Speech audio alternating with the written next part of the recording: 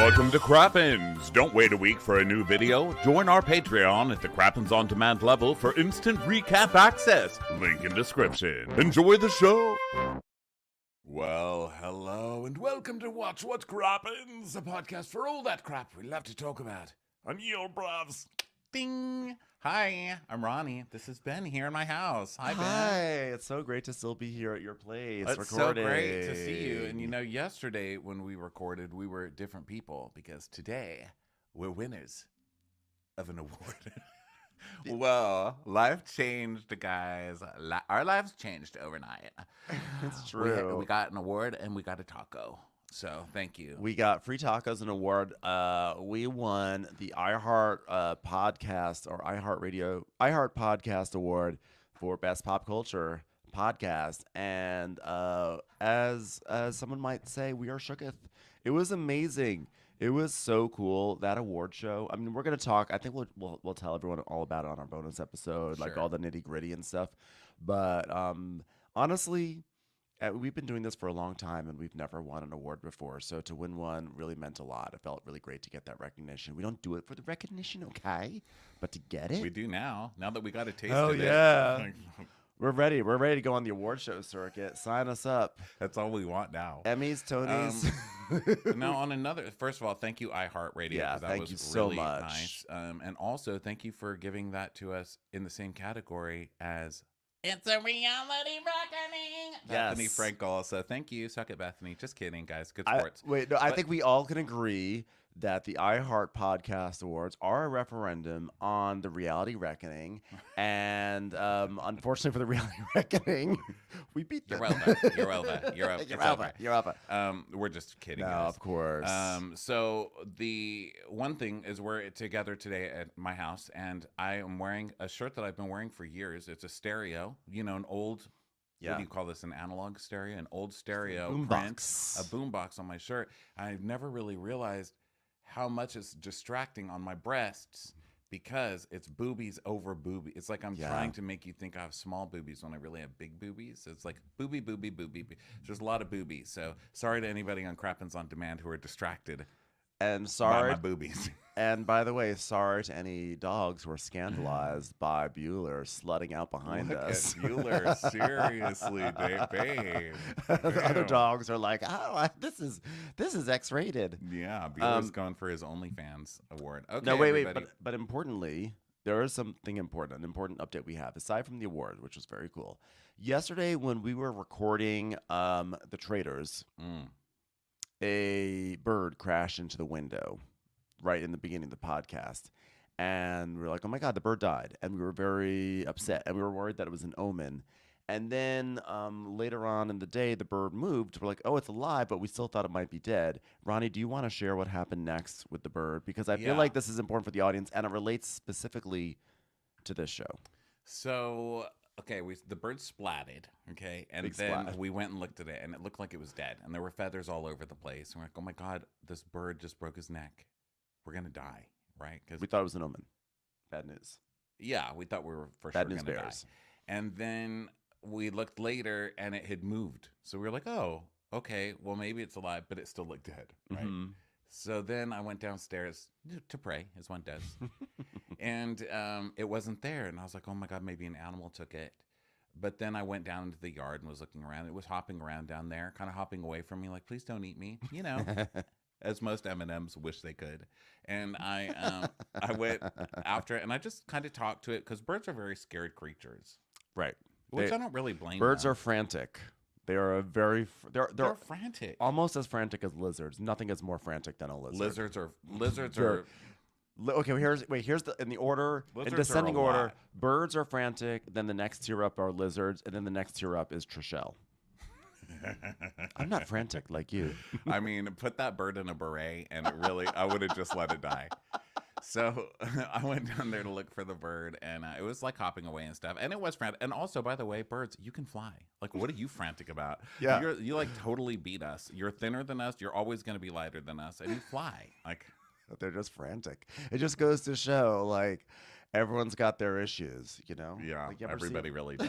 It's like, wow, you can fly. It's like, yeah, but frantic as fuck. So birds are also, I can see why they're called bird brains because they're not that smart. No offense. I don't want to bird shame anybody, but birds, you're dumb. So I was trying to get this bird to go under the fence because I live in the country. Like it's rocky ground, you know? So like some parts of the fence you can just go right under.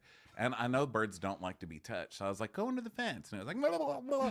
And so I was It was a mourning dove. I was walking like slowly next to it. And I was like, it's okay. And then it would kind of run, but then it would slow down. And then finally it just stopped and looked at me and was blinking. And like we had a moment and stuff.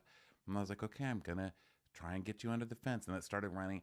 And then finally I was like, finally, I'm going to pick you up because I can't leave it out there because Bueller will eat the bird. Right? Bueller's not nice. So I went to get it and then it flew away. And I was so proud. I was like, you know what? I bullied that bird into flying again. And I'm proud of it. And I just want everybody to know there's so much talk against bullying right now. Bullying can be inspiring sometimes. If you see someone who's weak, bully them until they can fly like a bird. I mean, how did we get so many wonderful downtown areas in our cities full of arts and galleries and coffee shops? It's gays who are bullied out of their small towns. You know who makes this podcast? A bullied person. Well, no, the reason why it relates to the show is because here we thought it was an omen of death, but really it was a reminder. It was a celebration of us coming together and doing an in-person recap of Vanderpump Rules, because if there's anyone who appreciates a broken bird, it's Lisa Vanderpump. That's true. It's Vanderpump Rules Day, and we had a broken bird. A broken bird on Vanderpump Rules Day.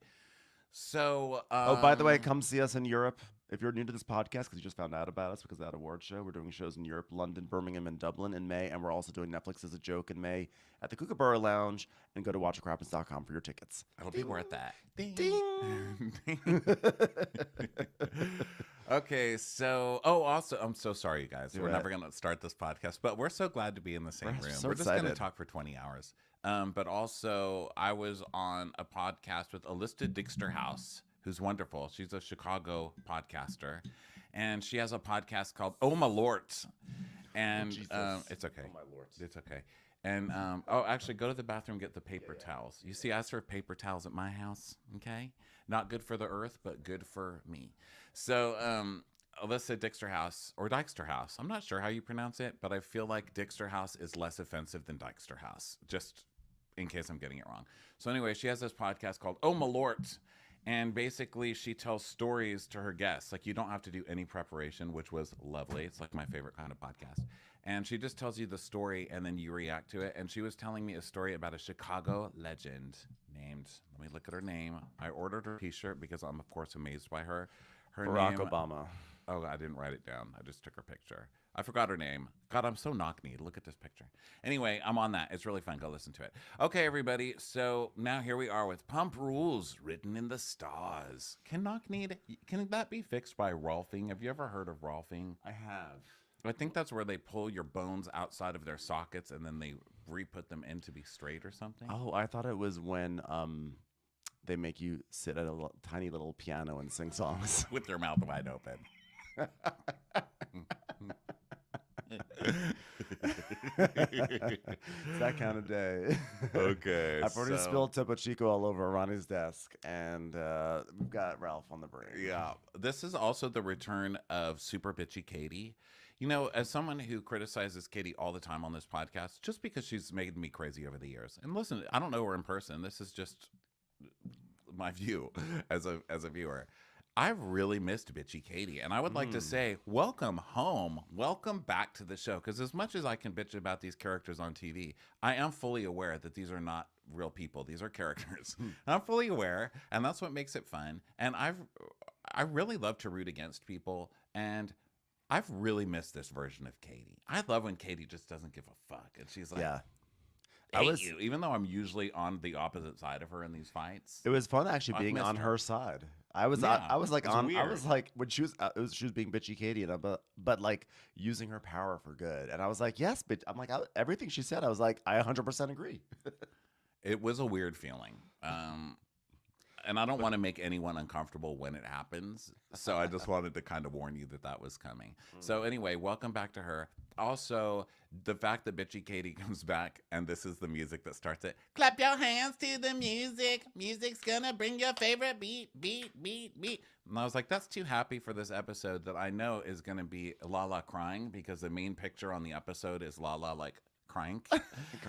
And so I was like, this is going to be sad. Why are they singing songs about music? But Katie's name on Instagram is Music Kills Katie. Music Kills Katie. So they're bringing in the Katie episode. Also of note, connected to this, because I don't genuinely want us to start the recap. But it looks we like won't. Yeah. Why are you worried? We're half an hour in. I'm about to talk about the lovely bubbles in a topo. I know. But a new trailer for The Valley came out like 2 days ago, which is funny because they released a trailer for The Valley like 2 weeks ago. And the original trailer was awful.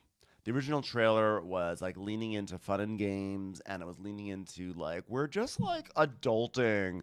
Isn't this amazing? We've got kids. This is wacky. Oh my God, I put the kids down and now I have to have a glass of wine. Like all these revelations that we've been seeing in pop culture for 25 years, and like nothing is fresh and new about it. It looked absolutely awful.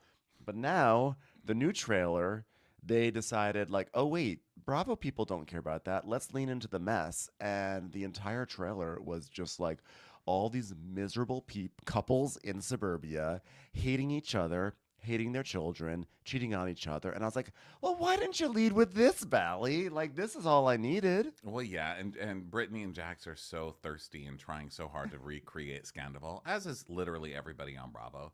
But the whole, like, Jax and Brittany getting in a fight, and then Brittany moving out, and then they hint about it through picture. Hint about it. I mean, she's in a completely different house, posting all over Instagram. And then... then I saw an interview that she gave the other day where she said, well, guys, we really wanted to share with you about our lives, so we picked the cameras back up, y'all. We've been finished shooting, but then we thought, we need to share with people because that's what we do. We're just such good people, Jax. So we picked it. We know, Brittany, we know you fucking picked up the cameras again, okay? It's pretty obvious what you did. It's like ordering a chicken wing and then being surprised that there's a bone in your mouth. You know what I mean? Like, I thought these were boneless. Yeah, I mean, obviously, like this whole separation thing is clearly a ploy to create excitement around the show. But well, kind of, but also Jax. I mean, it's Jax, but she'll go back. She's gonna go back to him. Yeah. We know. But that being said, the new trailer did look actually really good, and that restored my faith a little bit in all that mess. Yeah, I still have no faith in humanity, and it restores. These shows restore my faith in not having faith in humanity. Well, it restores faith in my decision to believe in myself and never have faith in humanity. The trailer also has the most predictable moment from Brittany. Like if you met Brittany at age 16, you knew at some point in her life she was going to say this: "I put my whole life into my kid," and then Jax is like, "I don't care. You won't even let me have a I can't wait." Okay, so that's coming up. So the first scene is Graham and Allie teaching their new baby. Oh, not Graham. James and Allie teaching their new baby, Hippie, to swim.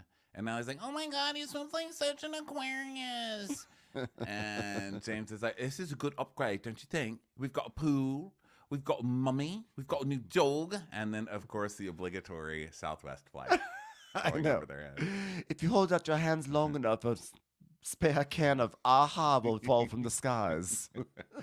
It would be nice to get actual peanuts dropped on my head instead of this peanut free. One person has an allergy, so we can't throw regular peanuts out of the plane anymore. No, we get a pretzels. Pretzels falling out the airplane. And not even the same in ounces. I mean, what's this way as much as the tissue? This is supposed to fill me up. I'm just waiting for the day that a nice piece of Samsonite luggage falls in the pool. So then, Shannon Brocker, Marina Del Rey. Okay, so they're playing with their baby, and Brock's like, Summer, you want a piece of pizza? And she doesn't. And he's like, fine, whatever. No one listens to me in this house. And then she falls off the beanbag chair, which is upstairs. And not only are they like playing on this piece of furniture, baby, but it's in the loft area, which we know from House Hunters People with children love these loft areas in homes. Like a split level. It's so dangerous. Like, why would you? We've seen so many people on House Hunters who are like, I have a baby. This loft is perfect for my baby. It's the stairs. What the fuck are you doing? And I just thought, this is not going to end well for this child. And I got I wouldn't say my wish, but my prediction came true by the end of the episode. I mean, I'm good. By the way, also, this was an important scene for Scheana because she really cemented her status as being a pushover, because Summer Moon literally says to her, fall over, mommy. And she's like, okay. And Scheana falls off of the beanbag chair. I'm just a people pleaser. Oh my God, typical me. Just doing whatever anybody else wants before myself. So then the next song is, we're jumping up the wall, woohoo. And it's Tom and Ariana's house. And my favorite, and Tom, you're back. You survived, Tom. You did great. Oh my God. Oh, sorry. I'm going to the Barbie movie later. I didn't think you'd catch me dressed as Barbie. But why am I embarrassed about the way I dress when my boss is Tom Sandoval? Oh, come on, Ann. Get it together. Oh my God, I'm dressed as Barbie, and so are you. Oh my God, I'm assistant Barbie. Oh my God, you're cheater Barbie. This is just my outfit, okay? I was going for Clea Duvall on her way to a tea party when she's 12. Oh my God, I love Clea Duvall Barbie. She's miserable. The Clea Duvall Barbie just never smiles, which I guess makes sense because Barbies can't move their face. Right. Clea Duvall Barbie just threw up in a toilet.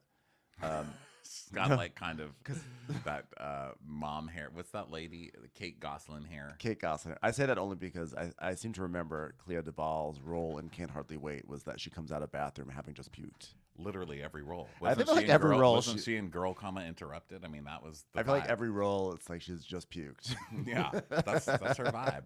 That's Clea's vibe. So we're over there, and Anne's like, yeah, I'm going to Barbie later, which of course you are.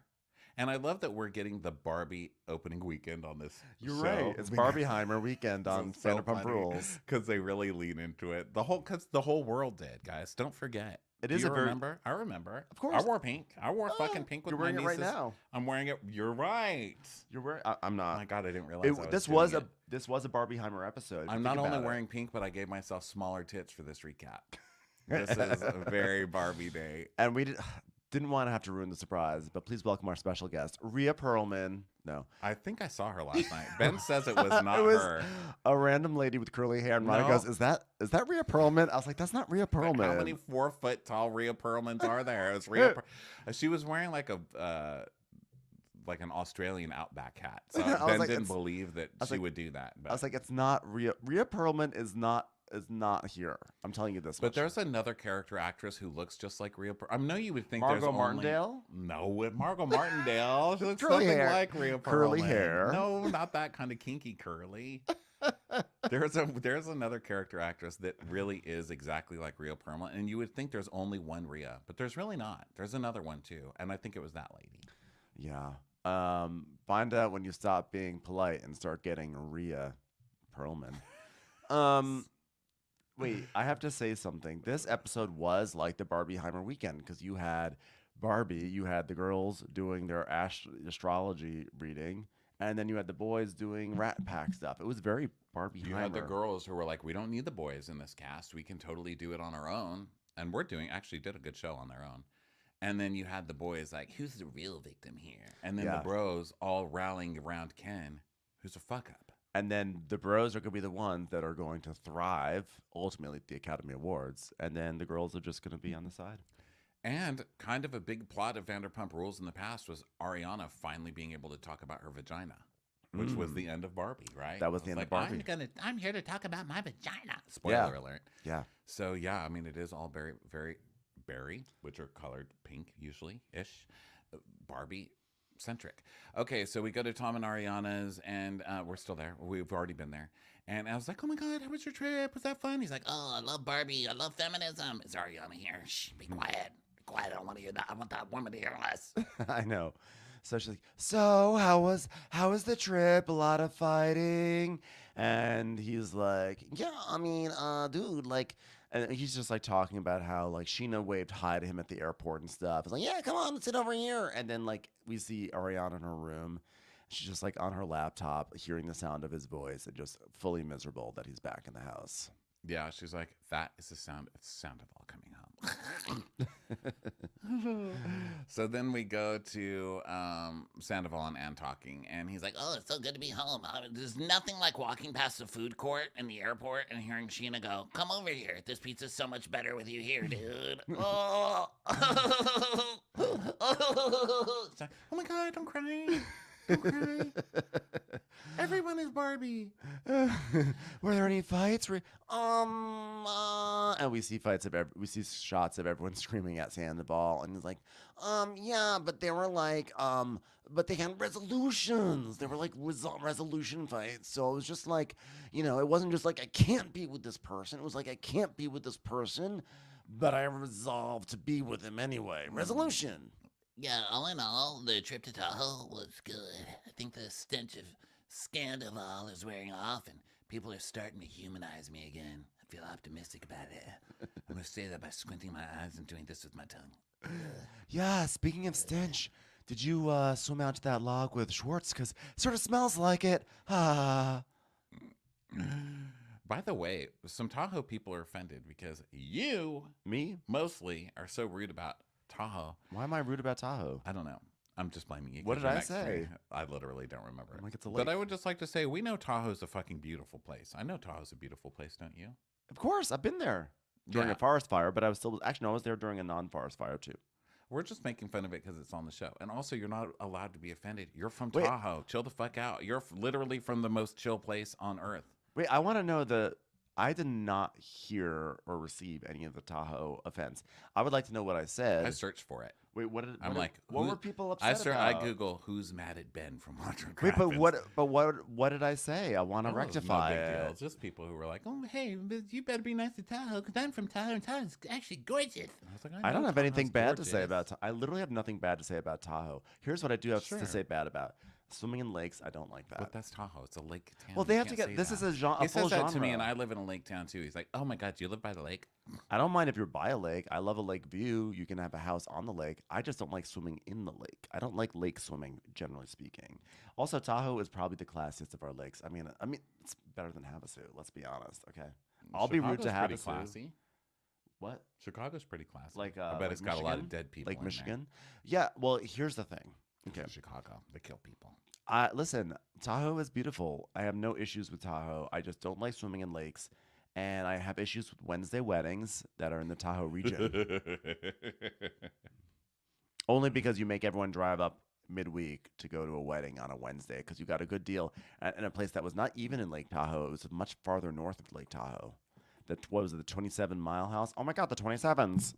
Oh my God. Oh my By God. the way, the 27s are now producing a song for Ashley Darby called like Enlightened and Entitled. What is it Yeah, it was like Enlightened and Entitled, and it's basically the melody of Rhythm as a Dancer. So enlightened and entitled, enlightened, tightened, Oh my tightened God. and enlightened. called? Rhythm is a dancer. Even Rhythm made it on to Dancing them with the Stars before me. That is like my #1 dream. I literally started taking rhythm classes and dancing classes. Okay, so clip of Lala saying, "You're a grimace." And then we're back. And he's like, Yeah, but at least these fights had, at least I'm human again. and he's like, Okay, I'm going to unpack my clothes and my feelings, Anne. and she's like, privately, do you want me to be there? It's like, Where can No, I? I'm gonna go journal. She's like, ha, ha, ha. Oh, you're being serious. Okay. I support your journaling. You're going to do great. Really great. I got a 4:15 showtime, so can we wrap this up? Thanks. Spoiler alert, Ken lives. Aw. And now we go over to Villa Rosa, and Scheana comes over. She's wearing pink, which Barbie Vanderpump weekend. loves. It's Barbie weekend. Barbie of course. weekend. She's Yes. in pink. Yes, I mean, so Lisa's like, "Oh, hello, perfect color for this house. I'm doing donut training." Girl, been there. I've been to donut training many times in my life. Janelle from Weight Watchers. Oh my God. Janelle. Every time you eat a donut, look at the face it's making at you. By the She way, literally told me that at Weight Watchers. What's your favorite thing to eat? Donuts. Imagine the face that donut's making at you before you eat it. well, what food is making any good food face? Did she really say that? But the donut's like horrified. She's like, feel the disappointment that donut is giving you. Feel the judgment in that donut. The donut's like ready to do oral on you. So, well, I'm sure if I'd thought about it like that, I'd have been fucking donuts for years. Thanks a lot, man. My dick just got so fat. Well, by the way, Janelle, not all donuts have holes. Okay, how about a jelly? Jellies do have holes. How do you think the jelly gets into the like thing? a side hole, but it's not making it. It actually has a better hole. It actually has a functional hole. It's shaped like a cock sleeve. Sorry to be so disgusting. Thank you so much again for the iHeart Award. I know. Wait. I don't know what you people were thinking, but we'll take it. But let me tell you something. Lisa, when Scheana comes in, Lisa has donut on the counter, and she's like plopping donut down on the counter and like moving him around. And no, it was because donut's not like a real dog. Donut's just sort of like. Donut is like an Ewok that was left sleeping on its face for too long. There, I said it. Without any survival skills. And Donut is a Can we plug Donut into something? Is there any life in this dog? The fuck? But like Lisa is plopping this dog down like she's preparing like a loaf of bread or something. She's like rotating around. She's about to start kneading that thing as soon as Scheana comes in. And the training is just like, Donut, lift up your head. And Donut's like, no, Donut, too far. Donut, come back to the 5 and dime. Donut Dean, Donut Dean. I'm pretty sure Donut comes from FAO Schwartz. Like that is not a living entity right there. Fucking Donut. And she's like, oh my God, he's the cutest. He's probably gonna get on Dancing with the Stars before me. He will. So Vanderpump is like, so what's going on? Why do you want to see me during donut training day? She's like, honestly, Lisa, the day after we saw you in Tahoe, that was like the most emotionally draining day I've ever had in this group. Like my eyelashes, they were like so dry, they hurt. Like my eyelashes cried. They lost all their moisture. This is the hardest day I've ever had on my eyelashes. It's terrible. Have you ever cried so hard that your eyelashes literally became wires? That's like literally what happened to me. And we think it's because of Sandoval, but I think it's because Brock just disappeared to South fucking Tahoe at 5 in the morning for way too long. Yeah, that's weird. So she's like, I'm going through the stages of grief with Sandoval. She's like, darling, grief over...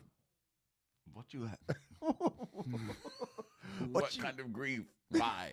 Because I don't understand this concept of grief and how it ever could be linked with Sandoval. Yeah. She's like, oh, that was my friendship. She's like, but you feel like you can't have this friendship because Ariana's going to be upset. Listen, you fucking turncoat. That girl has been horse riding with you. Yeah. I don't like that she's so turncoaty with everything. She's like, how dare she fuck Ariana? Like, come on now. I mean... Yeah, but don't forget that Lisa Vanderpump can buy and sell all these people, so she really doesn't give a fuck about it. She doesn't care. Yeah, she's like, okay, I'm going to be the nicest to the people that are a group that will stay on my show, as opposed to the one lone woofy, if you will. Ding, opening in the Spring Harris Casino. Well, it's like very hard to tell her how I'm feeling about Sandoval because she's like, I don't want to hear about it. And it's just like, I've done everything I can to be like ride or die for Ariana, except like literally ride on a horse because I would literally die on it. But like, it's still like not enough. Like, really? Oh, let's just invite Rob somewhere. These people are hilarious on this show. They're like, oh my God, I cannot believe that Scheana doesn't want to hang out with Tom Sandoval like 2 months after he completely fucked her over with her best friend. This is crazy. I cannot believe no one is taking my feelings into account here. I'm like afraid to express how I feel because it's like never about me. It's only about her. So I'm like struggling with like having any conversation with her lately because it's like I'm not like valid in my feelings.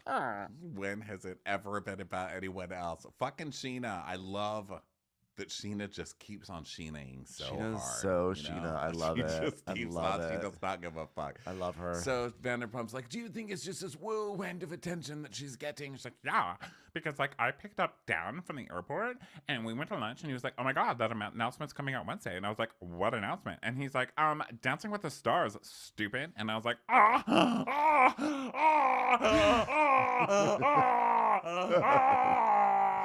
It's like a boom.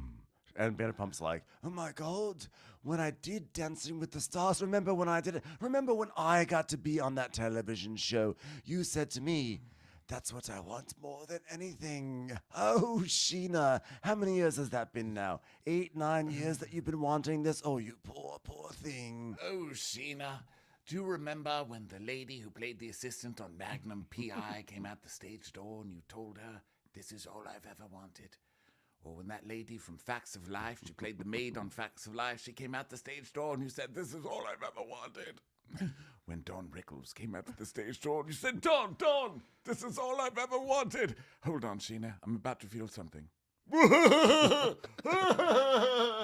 Hold on, just got a text from Chef Penny. Oh, looks like she'll be competing next season on Dancing with the Stars. Good for her, good for her. Penny's just come up with a new sandwich called Dancing with the Pickles. Sorry, Scheana. Darling, what were you saying? She's like, oh my God, when is it my turn?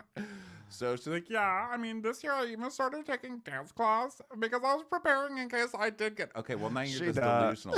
How are you going to get Dancing with the Stars in the year of Sandoval? Like, come on now. Pick a better year, okay? Scheana is literally acting like a football player who didn't get drafted, who's like still working in the offseason to get a bench, a seat on that bench. Like, what... Preparing for Dancing with the Stars on spec? But don't you think that so many people do? Don't you think that's a really LA thing? I think like, better keep this up. You never know when Dancing with the Stars is going to call. I think so. I think that probably when as Sandoval was unfurling, there probably was someone probably got into her ear saying like, you know, you might get onto Dancing with the Stars with this. She's like, oh my God, I really got to start dancing now. With the restraining order and all that stuff. So Scheana's like, yeah, I mean, like, I am so happy with her, but like, I can be happy for her and sad for me at the same time, guys. Okay, and she's, it was like punch to the gut for sure. Scheana, this is just like one of Scheana's best scenes of all time. It really, and it's just weeping so her. over Dancing with the Stars. And then she thinks she got one. By the way, probably just set America on fire, but she was like, and good for her. She's come such a long way from being my backup dancer. She does like a little shoulder shaming, like she just nailed it. And then they cut to the scene of that where Scheana kind of can't dance. I mean, sorry. Sorry, but why would you evoke that when you're trying to make a Dancing with the Stars real? Okay, just leave that clip in the past. Listen, a lot of backup dancers have become superstars. Look at J-Lo. Look at her. Look at her. Yeah. She's J-Lo. And that's what Ariana's going to be next, I'm sure. Also, she was doing you a favor because you weren't paying anybody to be your backup. That was like season 1. So then so Vanderpump's like, well, if your friendship is so great, then you should be able to tell her how you feel. Am I right? Ooh, have a bite of this apple, my little princess. I try to, but like she shuts me down. Oh, so you want a relationship where you're just supporting someone and you're devastated all the time? She's like, honestly, that's the story of my life. It's like, change your life. It's what I tell Max every time I ask him to bring me a refill of water. All I want for Scheana is at some point to be able to say what you're thinking. It's okay to say it, say, hey, it really hurt my feelings. What's wrong with that? I mean, I wouldn't say it, but I'm British. I mean, it's disgusting. I'm disgusting. Showing your feelings. I would never say awful. that. Let's talk about the weather. So we find out there's going to be a girls' astrology night at Ellie's, and surely we're going to have a really good talk about this then. Her games. I'm shining. I'm shining. I'm shining. I'm shining. So it's like this really positive girl music. Yeah. And Lala and Ariana are going to a place called Be Bright. Be Bright. They're walking on Melrose Avenue. And what was really frustrating is that this is one of those moments where I could like, every shot they were walking on like a different block and going in a different direction. It was like very disorienting for me. I was like, wait a second, you guys just crossed the street entirely, but you're in the same sentence. Guys. Why do Valley people do this to us? Valley people, come on, Vanderpump Rules. That's hard. Yeah, so they go get coffee, and Lala's gonna order a toasted island latte, please. And then the lady asks, are we paying separate? And Lala's like, it's on use because you're ballin', okay, Ariana, so you're ballin' right now. So they're talking about her photo shoot for that bar book or whatever. And Ariana's like, I killed it. This is me hitting a TV with a golf club. It was like the biggest release ever. Because like, you know what? I really like never let myself get angry. And then we see a clip package of her being like, "Fuck you! Fuck you! Get out of my face! I never want to see you again!" Shut the fuck up! Give a fuck about fucking Raquel." I said I wanted a grande latte, bitch. It was like 5 minutes ago. I know. Be nice. Be nice coffee or whatever it's called. She's like throttling the Be Nice lady. I wanted a flat white. So Ariana's like, yeah, I need to hit things more often. And Lala's like, yeah, you need to hit things more often. Oh, and by the way, we're using these straws. I don't like that we're coming to that place in history where we're like, you know what? I've had enough fucking guilt, okay?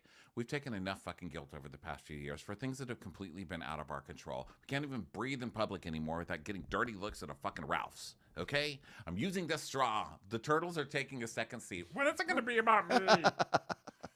It was probably let's be honest, it's probably a cardboard straw. It's okay. That's how they get you.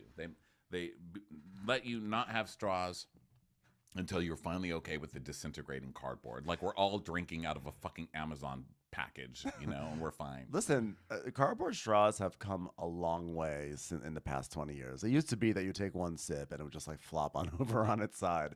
But now they last. They last a while. What now has to change is they can't make the lids so incredibly tight that it like crushes those things. You know what's funny? They do need some lid work. They need to like chill You're out. right. You know what's so funny? Just saying that right now.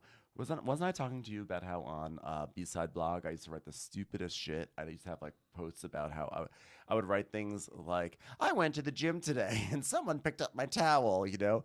And as I'm saying this, I'm remembering I literally wrote a post complaining that the Starbucks lids were too tight on straws. I was like, what's even the point? How could they do this to us? Well, Starbucks, they're trying to make you not use a straw by making the little opening. Right, so that you have to squeeze the straw in to get the little opening, but then they made the straws really hard, so it's hard to get the straw in. I have to say, Stop with your fuckery, okay? We're going back to straws, Starbucks. Get with the point. I hate putting a programming. round straw into an oval or like a rectangular like yeah, I don't like it thing. either. When you have to do that, and like you can do it, but it just feels so inelegant.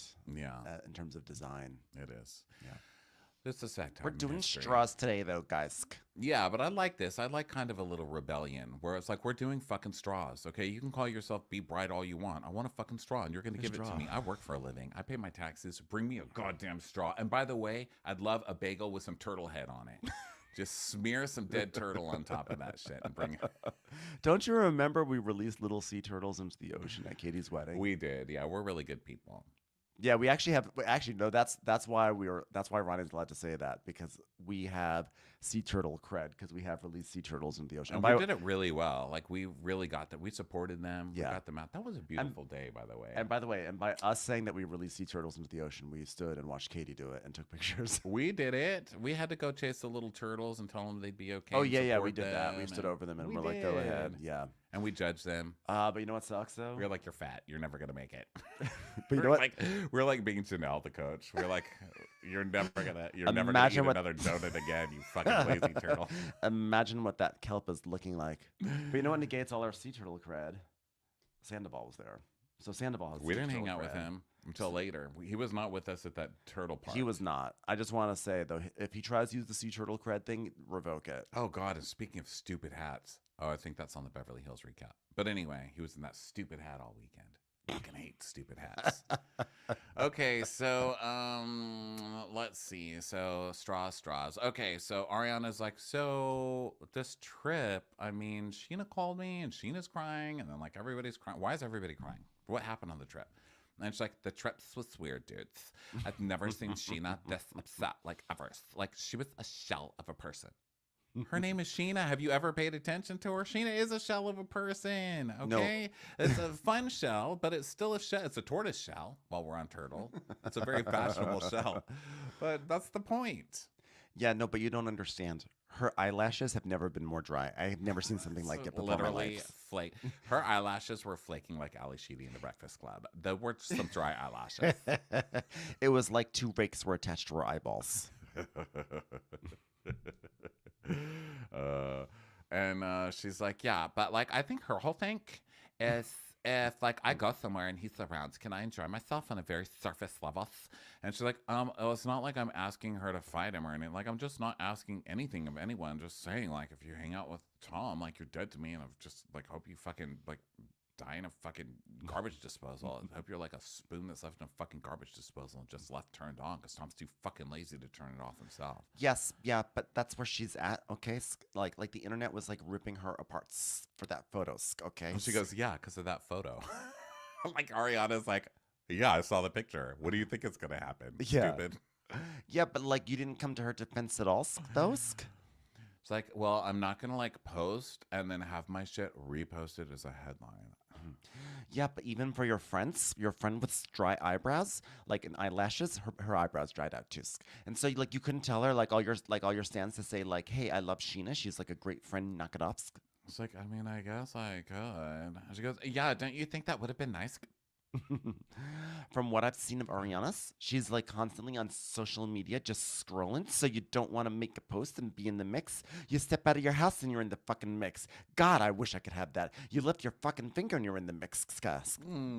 So she's like, yeah, like, listen, this girl was so upset about what these people did to you. I mean, she caught a restraining order from it. Okay? She was like biggie for you. She went biggie for you. And what are you doing to her? Okay, she needs like closure. And she needs like an I love you and you will always be my best friends. And whatever you need to do to heal, you can do that. And she's like, look, I can always tell her I'm going to love her because I will always love her. But I mean, if she wants to hang out with him, to me, she's going to be like a baby hamster that's not good enough for his mother. You know what I mean? She's just going to have her head bitten off, right? While the kids of the family watch. Can you tell I'm still traumatized? I'm never going to forget watching the mother hamster eat all the baby hamsters' heads off. And then she'd just leave the little baby hamsters there headless, and then she'd eat them all later. And we still had to hug that hamster. Yeah. Childhood. I know that's hamster life right there. That's hamster. That's hashtag hamster life. Hashtag hamster life. Okay. So either way, Ariana's kind of like, yeah, I still feel the way I feel, you know. And so Lala's like, yeah, but that's exactly what I'm nervous about. And Ariana's like, okay, well, sorry. And Lala's like, well, you can't be that way, Ariana.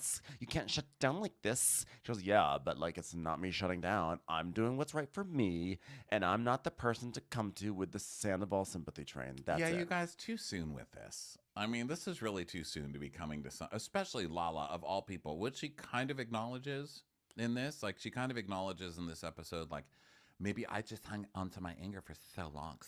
I don't know that you did hang on to your anger for too long. Rand is a piece of shit, okay? I mean, I think you knew that when you got with him, but that's a different story. But I think you were allowed to be mad at him. But to be such a hypocrite and not even like try and blackball Schwartz from the group when he was going to play pickleball with Rand, right. And then now, like 2 months after all this other shit happened, to be like, come on, get over it. Yeah, I think it should just be something. I just feel like they should just she just should not be confronting Ariana with this, you know? Scheana can do what Scheana wants to do, and you know what? Like, the friendship, I almost feel like if Ariana's going to stop being friends with Scheana because of it, because Ariana's trying to protect her happiness and her peace, then, like, let that happen, because then they will probably come back together again once there's a thaw. But don't try to force the thaw. And in fact, Ariana says something that makes a lot of sense. She says, you know, I'm trying to be compassionate, but I also know that Scheana is very easily walked all over. And, you know, Sandoval knows that Scheana is the best way to get back, is the one to get back in his corner, because then Lala will follow, and then James, and then Allie, and then they're all going to be back together, and then they're going to ice me out of the friend group. And that's kind of exactly true. She's correct. I mean, really, the only fight here is because it's a TV show, which we all know, right? And I think the only way to fight this is to be more interesting than Tom. Because right now, if you're both going to insist on staying on this show, and they're insisting on keeping you both, whoever's the most interesting is ultimately going to be who the friends side with, right? Right. So they're all, now that you're so famous from all of this and more successful in being on Dancing with the Stars, they're all going to turn on you to ice you out. So it's not only Sandoval that is ice out's going to happen no matter what. They're going to come for you no matter what. So you need to be more interesting than Sandoval. And let me tell you one thing. That man is showing up in sleeveless little girl sweaters with like 12-year-old teenage girl necklaces with letters all over them that my nieces make me. as bracelets. Okay. And he's, I don't know, crying and stuff. You're driving around with Katie. Like, you need to make a line in the sand. Okay. I suggest beating up Katie. I suggest you go on the freeway, open the door, and push Katie out. That's my suggestion, but you have to do something. I just want to push back and say I don't believe that Sandoval is wearing a 12-year-old girl sweater. I believe he is wearing a piece of the International Male Catalog formal wear. That's true, which was based on little girl sweaters. Like, let's face it. That is like their tuxedo. And I guess that's tacky to like gender what people are wearing, but that's kind of what he's doing. He's like, look, I'm so young and cool. Like, my non-binariness. I'm like, no, you're not. Stop. I'm Harry Styles. Yeah, just stop, please. You're so old.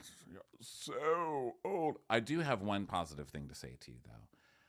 And this is hard for me to say, but it's my gift to you, Tom Sandoval. I will always be older than you.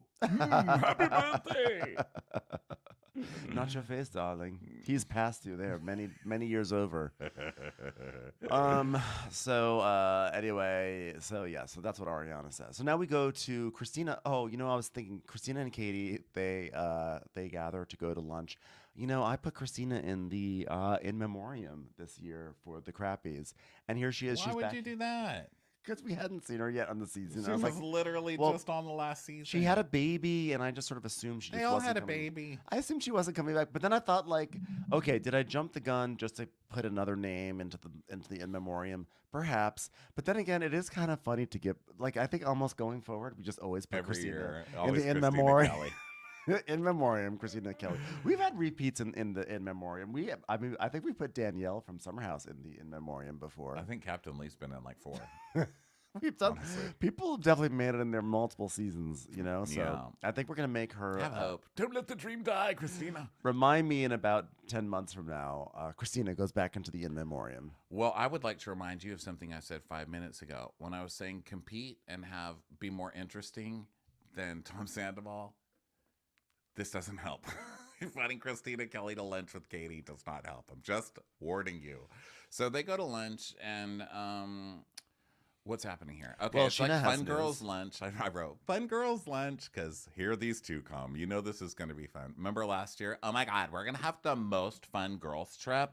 This is going to be amazing. I'm not drinking. Are you drinking? You're not. This is going to be amazing. Lake Havasu for the win. And then they were like, are we going to have straws? No, we're still not going to have straws. Hey, look. I'll have a straw if you don't have a straw. I'm not going to have a straw.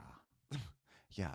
Do you guys want to ask the guys at the next pontoon over if they have straws? No. Yeah, me neither. I just squirted all over that pontoon. Lala. So they all order drinks and everything. So Scheana comes in with Lala. And Sheena's like, well, guess what, everyone? My daughter broke her arm today. She fell off the couch, and we were like we were with her in 2 seconds, but she was like on the couch, and then she like fell off and like broke her arm. And Lala's like, what color was the casket? She's like, pink. I was gonna let her like choose, but like then like as she's going through the options, I was like, nothing but pink goes with her wardrobe. So Barbie weekend. She broke on a Barbie weekend. Like, what other color was there gonna be? I'm like, surely she's gonna win an Oscar this year. Am I right? This just in, Summer Moon has been cast in Dancing with the Stars, season 300. When is it my turn? Dun, dun, dun, dun, dun, dun, dun, dun, dun, dun, dun, dun. Why did I get me? Dun, dun, dun, me in the background. Give them life, and what does it get you?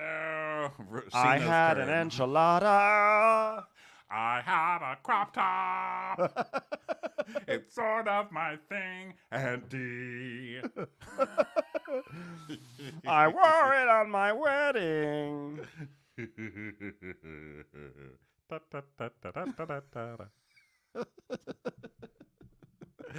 Those of you who are not theater queens and don't know what that is Gypsy, the musical. Yeah. Do yourself a favor. Drop whatever you're doing and go listen to it right now. At least that song, Rose's Turn, the mom just breaking down at the end. Yeah. We've used it in so many Bravo shows, and it always works. But I love that it finally made its way to Scheana. I'm surprised it took this long, to be honest. I mean, but because if you listen to this... me in the background. Yeah, I feel like you have to always be ready on this show for Gypsy or Into the Woods to happen, or Little Shop of Horrors, okay? Yes. There, it can happen any moment. Okay, so yeah, Scheana broke her daughter's arm because she thought her daughter was going to make it onto Dancing with the Stars before her. Okay, spread that, everybody. Okay, so she's like, I mean, isn't it just my luck that I was like refusing to leave my kid with everybody because like I was so worried that they were going to like hurt my kid, but then like I was sitting right there and watched my own child fall off the couch. Isn't that hilarious? So is this like the full circle of Scheana's storyline where now she can get a nanny? She's like, well, I saw her broke her arm and I was fine. Okay, take her, Tori. Well, sometimes you need to have a rude awakening.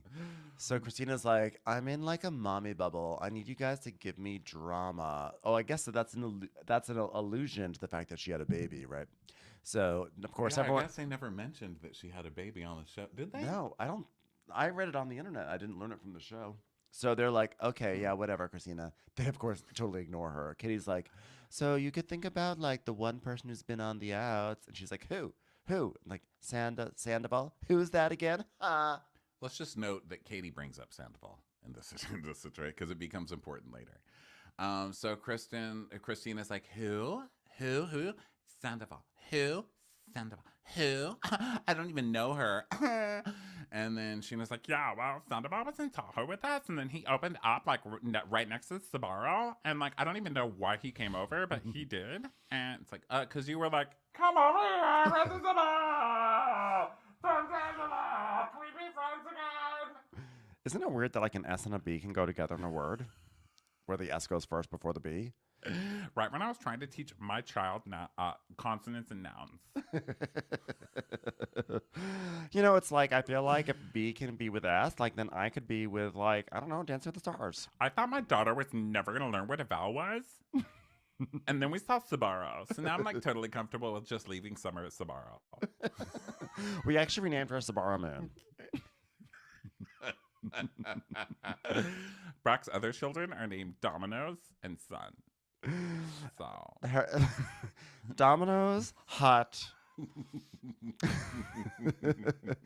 And what was that other one with the guy at the CEO who doesn't give medical insurance to his employees? Oh God, Hobby Lobby, Papa John's. Papa John's.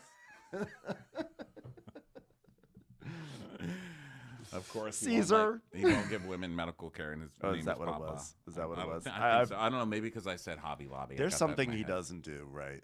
I don't know. And your pizza sucks too, buddy. I actually like Papa John's. Babe. I'm sorry. I haven't ordered it in forever. Papa John's. I think he was ousted anyway. You know, it's a good one. Is it Big Jersey Pizza a chain? Big Jersey Pizza? I've not heard of that. We have that here. It's Big delicious. Jersey. Yeah. Big Jersey. It's from Tenafly with Margaret Josephs. Okay, so you know which one? Actually, you know what pizza's so good? Gorga and Sons Pizzeria.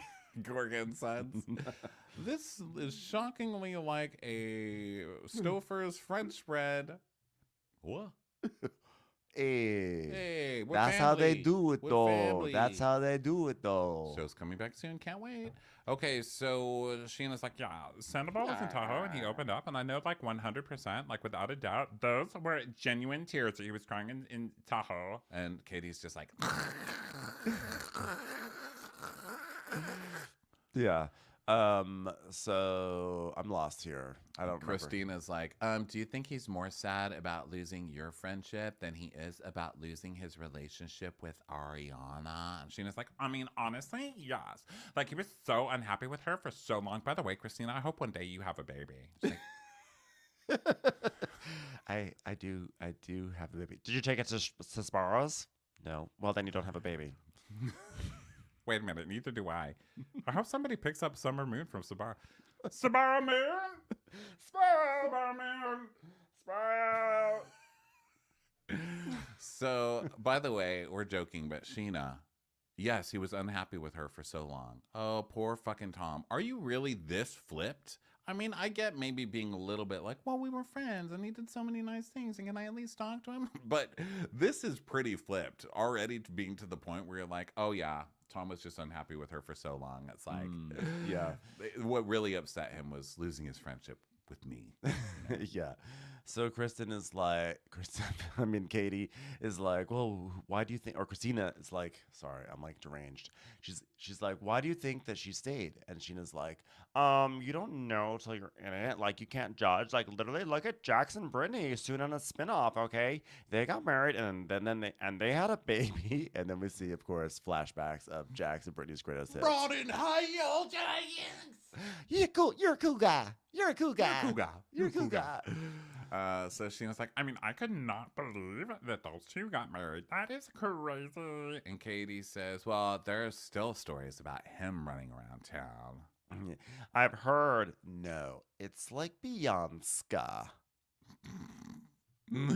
So Christina's saying, Scheana, where are you at after this? Knowing full well, right? Because Christina is always there to be Katie's mouthpiece. And it's sometimes annoying as a viewer, but it's also just good to have that good of a friend. You know what I mean? Yeah, it is good. So Scheana's like, well, I'm finally it's like 5 months later, going through a grieving process, and like Ariana has like already grieved the loss of this, like making millions of dollars and like living her best life and like being on like certain shows. Like, I'm not gonna name them, but like, you know, certain shows about dancing that have been around for like 20 years that like they've never asked me, but like, you know, just living her best life.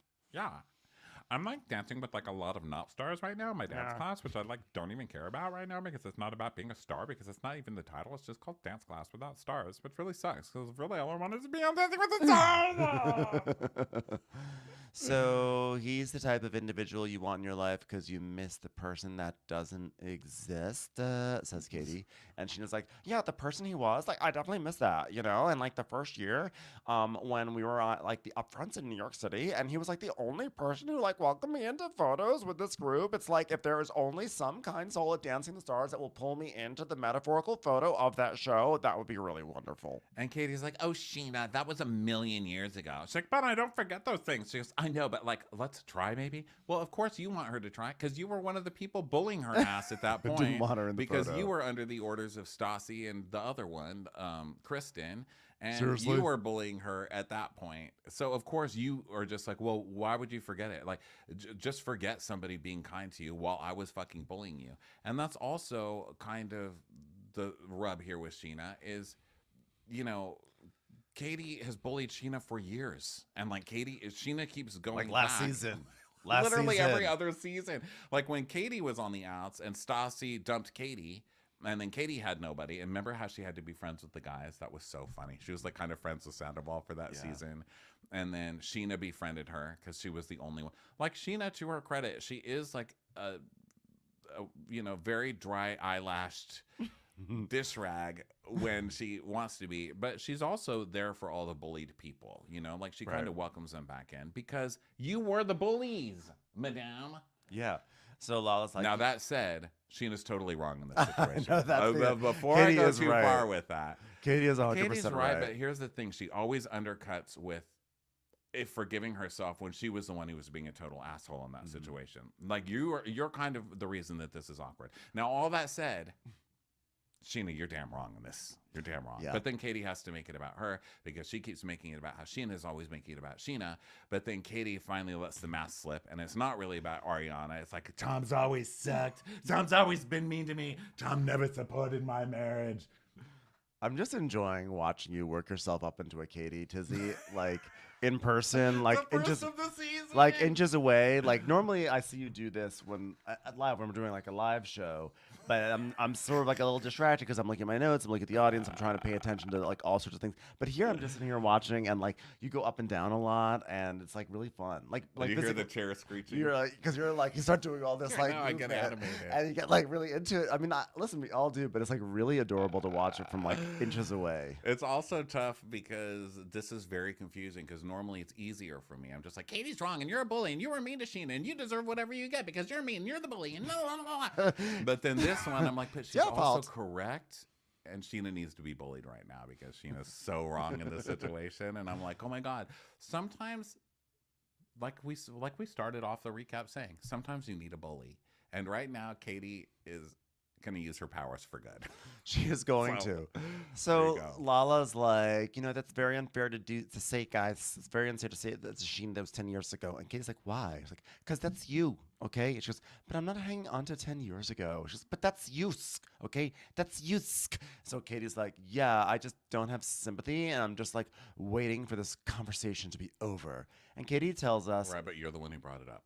Again, just to remind you, you and Christina are the ones. So Katie says, I just wish Scheana would like wake the fuck up and see the situation for what it is. Sandoval never gave a fuck about your friendship. Cut ties, move on, be a good friend to Ariana, which is like, kind of can't argue with that if you ask me. I mean, I can. Look, I think that Scheana at least needs to be loyal for a little bit longer. You can't just already be pulling this, but he was my friend when it mattered. I mean, Scheana, it's been like 2 seconds, you know? But, yeah, I mean, I think at some point they can be like, well, it's Tom Sandoval. Everybody's cheated on each other. Like, we can at least be cordial. We have to shoot a show, you know? It's all just fucked up because they're on a TV show. Just not yet. If they were like a real group of friends, they would just drop Sandoval and They move wouldn't on. even be still talking. Yeah. None of them would be talking. I don't think they really hang they out. have to work with him, and they also understand the value of a villain on a TV show, especially like Vanderpump Rules. So Lala's like, okay, you know what? Let's talk about something fun. And she goes, well, I've got a good one for you. I slept with the bartender. And you know he's proud of it because he would not sign a filming release, and his face is blurred out. Come on, show your face, Ashley Parker Angel. We all know it was someone from O-Town, right? Like that's the reason why he was blurred out, not because he slept with Scheana. It's just that he doesn't want people to see what he's up to these days. So Lala's like, oh my God, recently? She goes, no, recently. Come on. It was literally 2006. And Katie's like, wow, really glad I left the house for this conversation. Oh, it was so bitchy, but I kind of loved it. And so Lala's like, what? She goes, I don't understand. And Lala's like, what don't you understand? Katie, I don't want to talk about. Oh, sorry. Katie was like, I don't want to talk about it. I'm literally going to like jump off this roof if we have to talk about Tom Sandoval anymore. She's like, we're not talking about him, okay? We've all moved on to talk about the bartender she fucked in 06. Ryan Cabrera, get over here and show your face on Vanderpump Rules, okay? That's so Katie, though, to be like, why are we even having this conversation?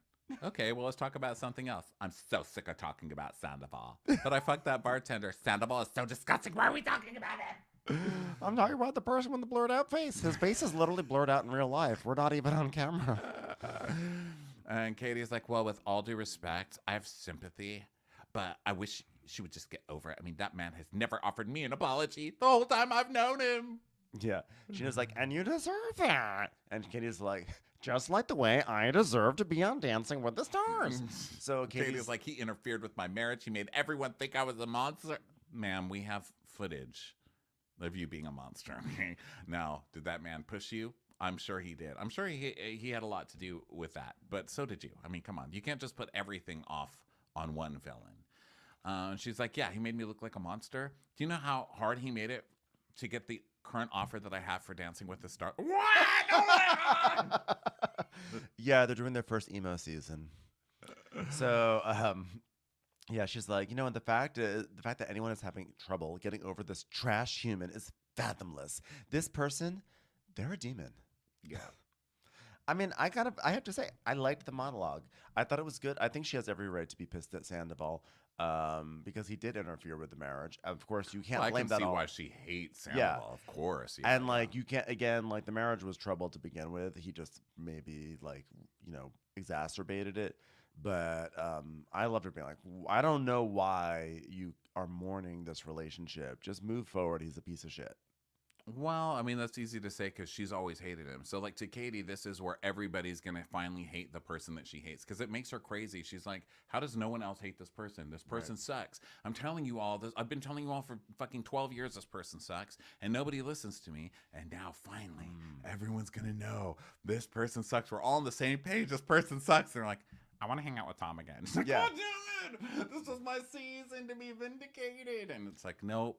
Vindicated. Yeah. But you were not vindicated. This happens to me with board games, actually, but it's like inverted. I'll be like, guys, will someone play this game with me? It's so fun. It's so fun. And I'll want to get people to play this game forever. And they finally play it with me. And they're like, this game was so fun. And in my mind, I'm like, now we're always going to play this game every time we hang out. And then the next time we hang out, they don't want to play the game anymore. Or it's like you're playing Settlers of Catan with somebody and you finally have the corner on the wool market. You're like, I own all the wool in town. And then someone's like, I have to go home early. Sorry, I can't finish the I've game. had You're that like, happen. You're like, how am I not going to finish? So finally, I've got the wool market cornered and you're not going to let me finish this fucking game of Catan? Fuck you. That's how Katie is right now. She's like, I finally have the wool, man. Ronnie, you've never spoken to my soul more deeply than you have just now. Never. Because that's a long game. I'm going to tell you that right now. You know what I'm going to do? That's I'm not going a to buy short you. game. I'm going to buy you a copy so that way you can play with your sister. I can't. My niece can't even play the game where you pass a little circle and it has clues on it and you have to give each other clues and guess things. I don't know. It's like a very simple party game. And she's like, I quit. She's not going to sit through Catan. I can tell you that right now. Well, we'll find some Catan people for you. Okay, so Dolores Catania. Unless they're Chris Catans or Dolores Catanias. Okay, so Or Katie's Megan Catan. What's Megan's last name? Catania. Catania. Megan Catania. So I like her. She's kind of badass, Megan Catania. She's fun to have a martini with. Huh? Catan with Catania. I don't know why she hasn't started that podcast yet. That whole Jeff Lewis crew. One thing I'll say about all of that crew, they can drink a goddamn martini. Like, there's nothing better than a Megan Catania just ready to talk shit while she's swirling a martini the size of her head. Could you imagine playing Catan with Jeff? He'd be like, "Give me your brick." Well, I have to use my brick. Well, give it to me. I have to use it. Well, what do you have to use it for? Well, I need to build a road. You have to build a road. I have to build a road. Give me your brick. Who's gonna fucking win here? You think you're gonna build your road before I built your road? I've done so many nice things for you. You only have a road because of me. I paved the fucking road for you to get here. I gave you my sheep. I gave you so many beautiful sheep. Shane's like, give him all the I want is a brick. brick. Was it so wrong that I asked for a brick? I don't know. I'm gonna send a carnation tomorrow. I'm gonna send an orchid. Wow, how did we get on that? I don't know. So but I would love to play. I would love to play Catan with Jeff. Can I just say I don't want to play anything with whoever wrote this song. Unbelievable, they believe in. Is it conceivable? You can see it. Unforgettable, you know that I mean it. Unbelievable, baby, believe. Fuck off. Wait, I love that. I love that. That's They're amazing. Like, I'm gonna take as many 5-syllable words. This song was written by Wallace Shawn. Can we go back to the dead Irish hooker music, please? It's unbelievable. Oh, remember that song? No, but do you remember from Real Housewives of Orange County, Elizabeth, the cabaret star? Unbelievable, inconceivable, inconceivable. It's like this. Unbelievable, inconceivable. Oh, bless her heart. Okay, so Vanderpump comes up. It's a TomTom, and they've moved the big, gigantic Nicolene iron gates from Pump to TomTom. Yes. And it's like, oh, the new doors still has the pump sign on. I see. Hello, doors. Nicolene. Nicolene just swings by on a giant pendulum. Yeah, the specter of Pump continues to live on. It's like a pop-up experience. It's like Pump X TomTom. So it's a collab. So she comes in, and then Charlie, the former Pump server, is there. And she's like, "Oh, Charlie, how do you like it there here? Do you enjoy that you can wear one less button on your shirt? I don't want to lose you. It was hard enough losing Pump. I can't bear to lose a blonde twink from my establishments." Where else am I going? Where am I going to find a 45-year-old bleach blonde hairless otter? Darling. Oh, look, here, just as you said that, in comes Bueller. Bueller said, "Did somebody call for a 45-year-old bleach blonde otter?" Are you seeing Bueller's how Bueller works now? So that's what I'm always talking about. You can't hear it, I guess, when we're recording, but Bueller, if he's not getting attention, he walks to the other room, stays there for 2 minutes, and then comes slowly walking back down the hall so you can. It's Bueller. Oh, Bueller has Bueller has very long fingers, very, very long fingers. So that, of course, they make all that noise. Oh, isn't this nice? Because now you can love on Bueller, and I can man the ship while you do it in the background. Anyway, so this beautiful music happens. Oh yeah, so Lisa's saying hi to the waiter and Sandoval walks in and he sees the pump gates. He's like, "Huh, interesting." And Vanderpump's like, oh, it was so hard losing Pump. We loved our staff, including our chef, so we moved them all over to TomTom. And I was like, no, the food was good at TomTom. No. I know. Why do you have to destroy the food at TomTom? No, don't do that. I like that TomTom was just like, here's a cherry tomato and some vinegar. Enjoy, bro. Listen, TomTom's like buffalo cauliflower is like legitimately delicious. Well, oh, by the way, someone emailed us some very important info that Chef Penny actually was the chef de cuisine for TomTom as well. So Really? Yep. There you go. Well, good for you, Penny. Didn't that thing also say she was like worked with Cisco Foods, right? I don't know. I don't think I got to that part. I just read that you're wrong. And I was like, how dare you? And I wrote back, fuck you and your entire family. And they were sorry. like, Confession they were time. like, no, just about Chef Penny, not about your views on things. Like, oh, okay, sorry. Yeah. Okay, so poor Charlie. I feel for Charlie, didn't you? I was like, poor Charlie. He didn't expect this. He was like, I was a pump man through and through. Yeah. TomTom's always been beneath me. I was a solid pump man, and now here I am at TomTom, the most hated place on the whole strip. And now, I thought Lisa was going to be like, oh, little blonde hairless twink, I have something for you. A job on television to replace Tom. Nope, just a job at TomTom. Well, Logan still works at TomTom, which is funny because he was the one who broke the penis flute. So, I mean, that's technically his boss. I'm surprised that like Tom didn't fire him. His boss, I'm sure. As Lisa says, oh, like I'd let a 2.5%er say anything. Okay, so Sandoval comes in his sleeveless sweater. I cannot. And Showing off the guns. Turns out, breaking news, horrible people can work out as well. They usually so do. he comes and He's like, well, what are these pump gates? Oh, I don't love the fact that neither Tom or I were consulted on these gates. I'm sure Ariana also doesn't love the fact that she wasn't consulted on your affair. Let that hang there for a second. Still giving my Tom look. Still giving my intense. Good night, everyone. My Tom smiles. Sorry, I was caught up in my moment.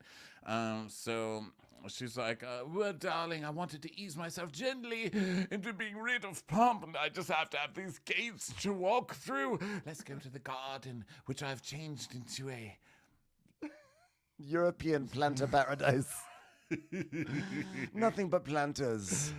She's wearing a pearl necklace that looks like shrunken heads. The pearls are this big. They're so big that the little ropes keeping them on are like little necks. And they're just like little rich shrunken heads. They are the shrunken heads of former cast members. If you look closely, you can see Vale, you can see Faith, you can see... in a different light, they're just old Kim Richards.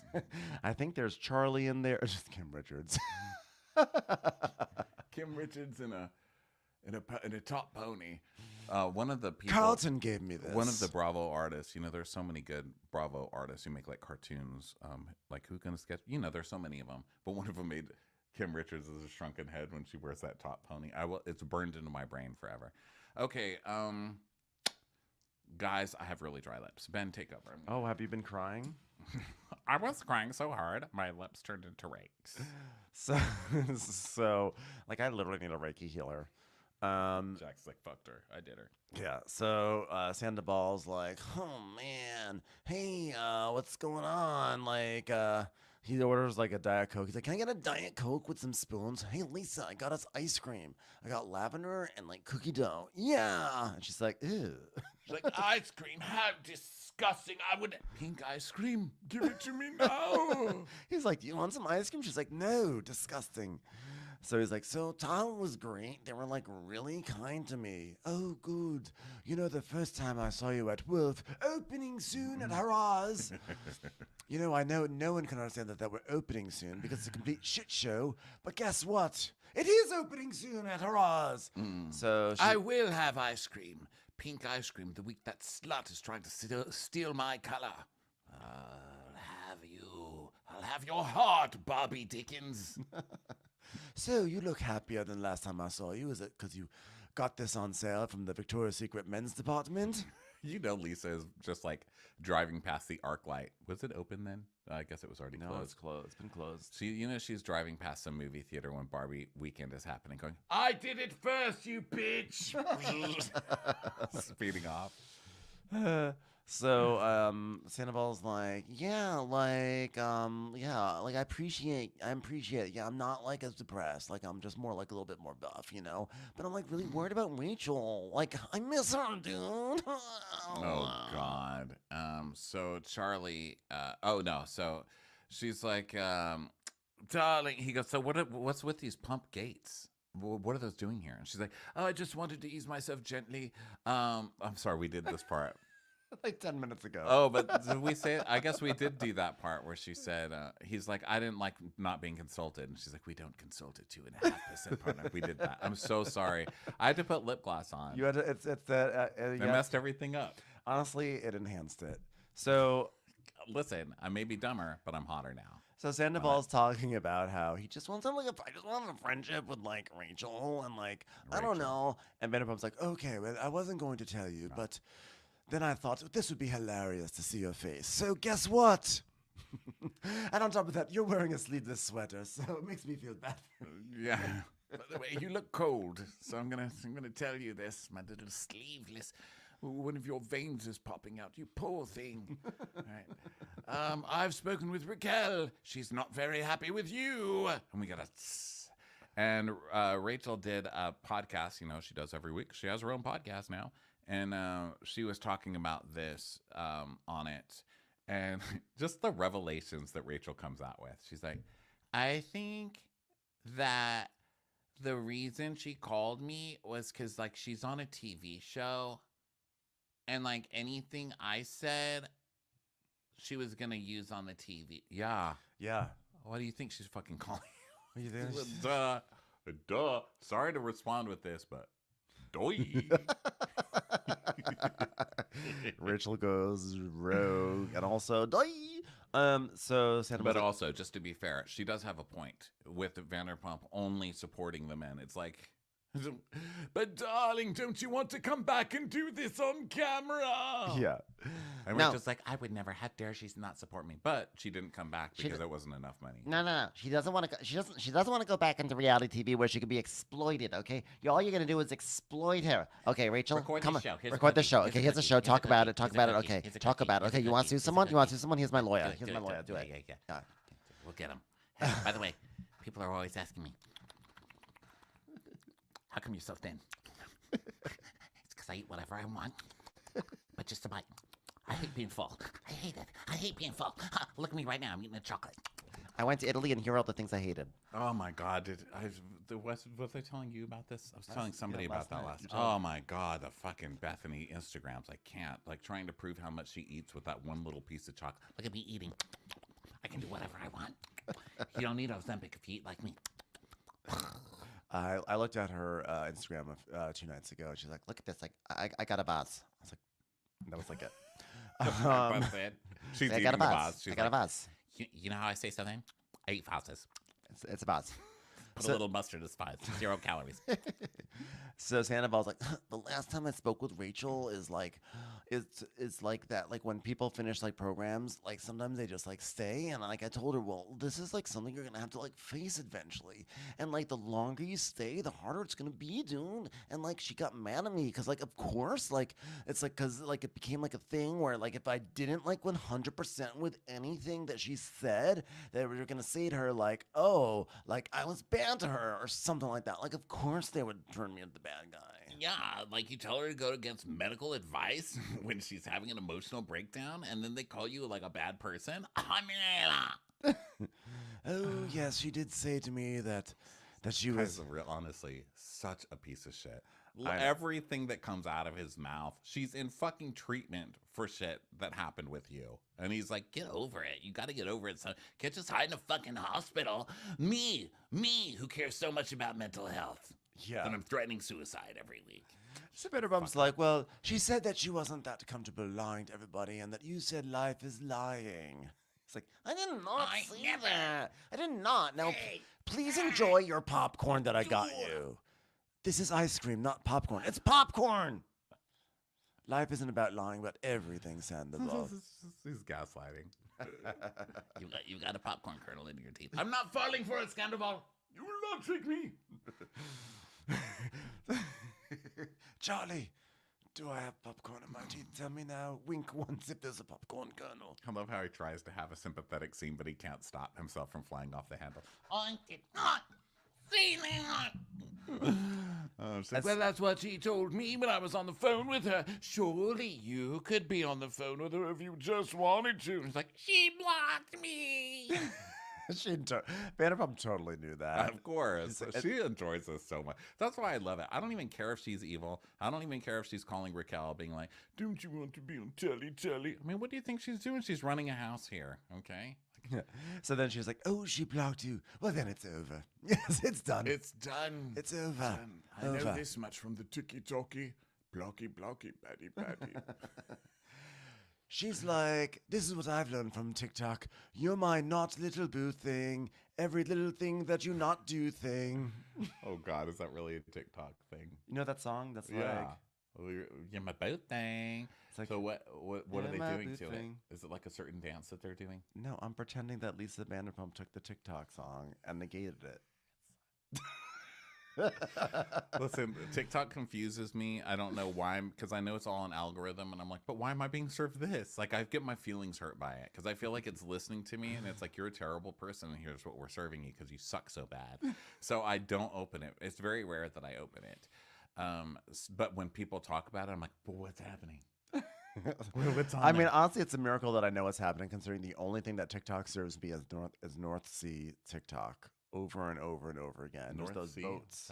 I boats. get girls doing makeup tutorials. It's No, the mine is- weirdest thing. I don't- Mine is boats going through rough water, and every single one has the same song. It goes like this: Yo ho, all hands. La, la, la, la, la, la. I hate that song. You That's don't- such you've a heard it? straight. Yeah, of course. It's like such a Yo straight guy thing. Yo, ho. It's like a sea it's shanty. a pirate song. Yeah, or whatever.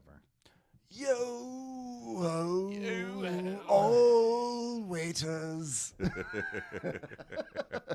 I'm on TomTom, North TomTom TikTok. Charlie grew our chest. Ow! Sorry, plucked it. Can't have that, Charlie. You're at TomTom now. Yo ho, all Raquels, won't you block Sandoval? I'm gonna pass out. So yeah, it's a lot. So she's like, oh, she said she felt manipulated by Sandoval, and she actually told me she didn't love him anymore. Owie!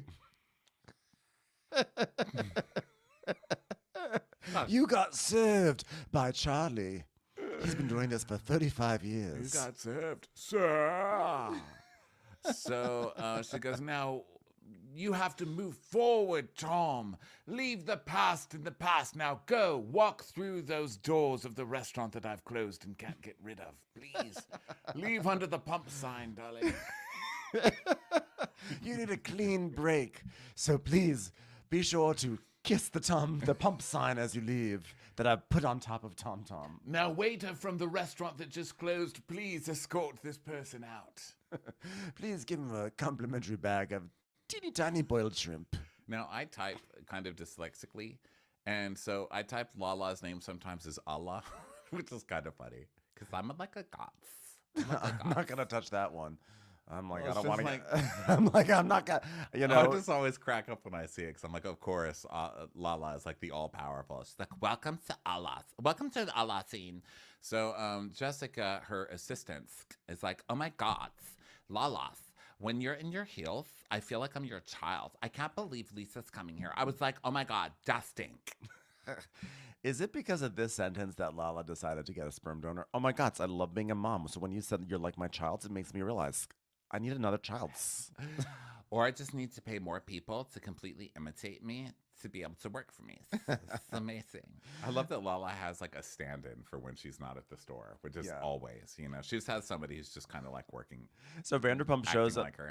Vanderpump shows up at the door frame of Lala's WeWork corner, and she's like, "Oh, hello. What is this? This is an office. What? I don't understand this. space you have here. Where's your bar? Where are your purple lights and your fuzzy chairs and your giant pendulums swinging from the ceilings? She's like, have you met Jessica? She's my brains. She's, oh, you have a brain. She's, no, that's why I have Jessica's. Jessica's go desk. And Jessica's like, I'm going to be dustings. Okay, well, darling, I love this. This is an office. So what is this? Is this it? This room? And send it to Darrell shirt. And she's like, no, it's also that other room and a parking space before. So, I don't like to think about before. God, I miss Pump.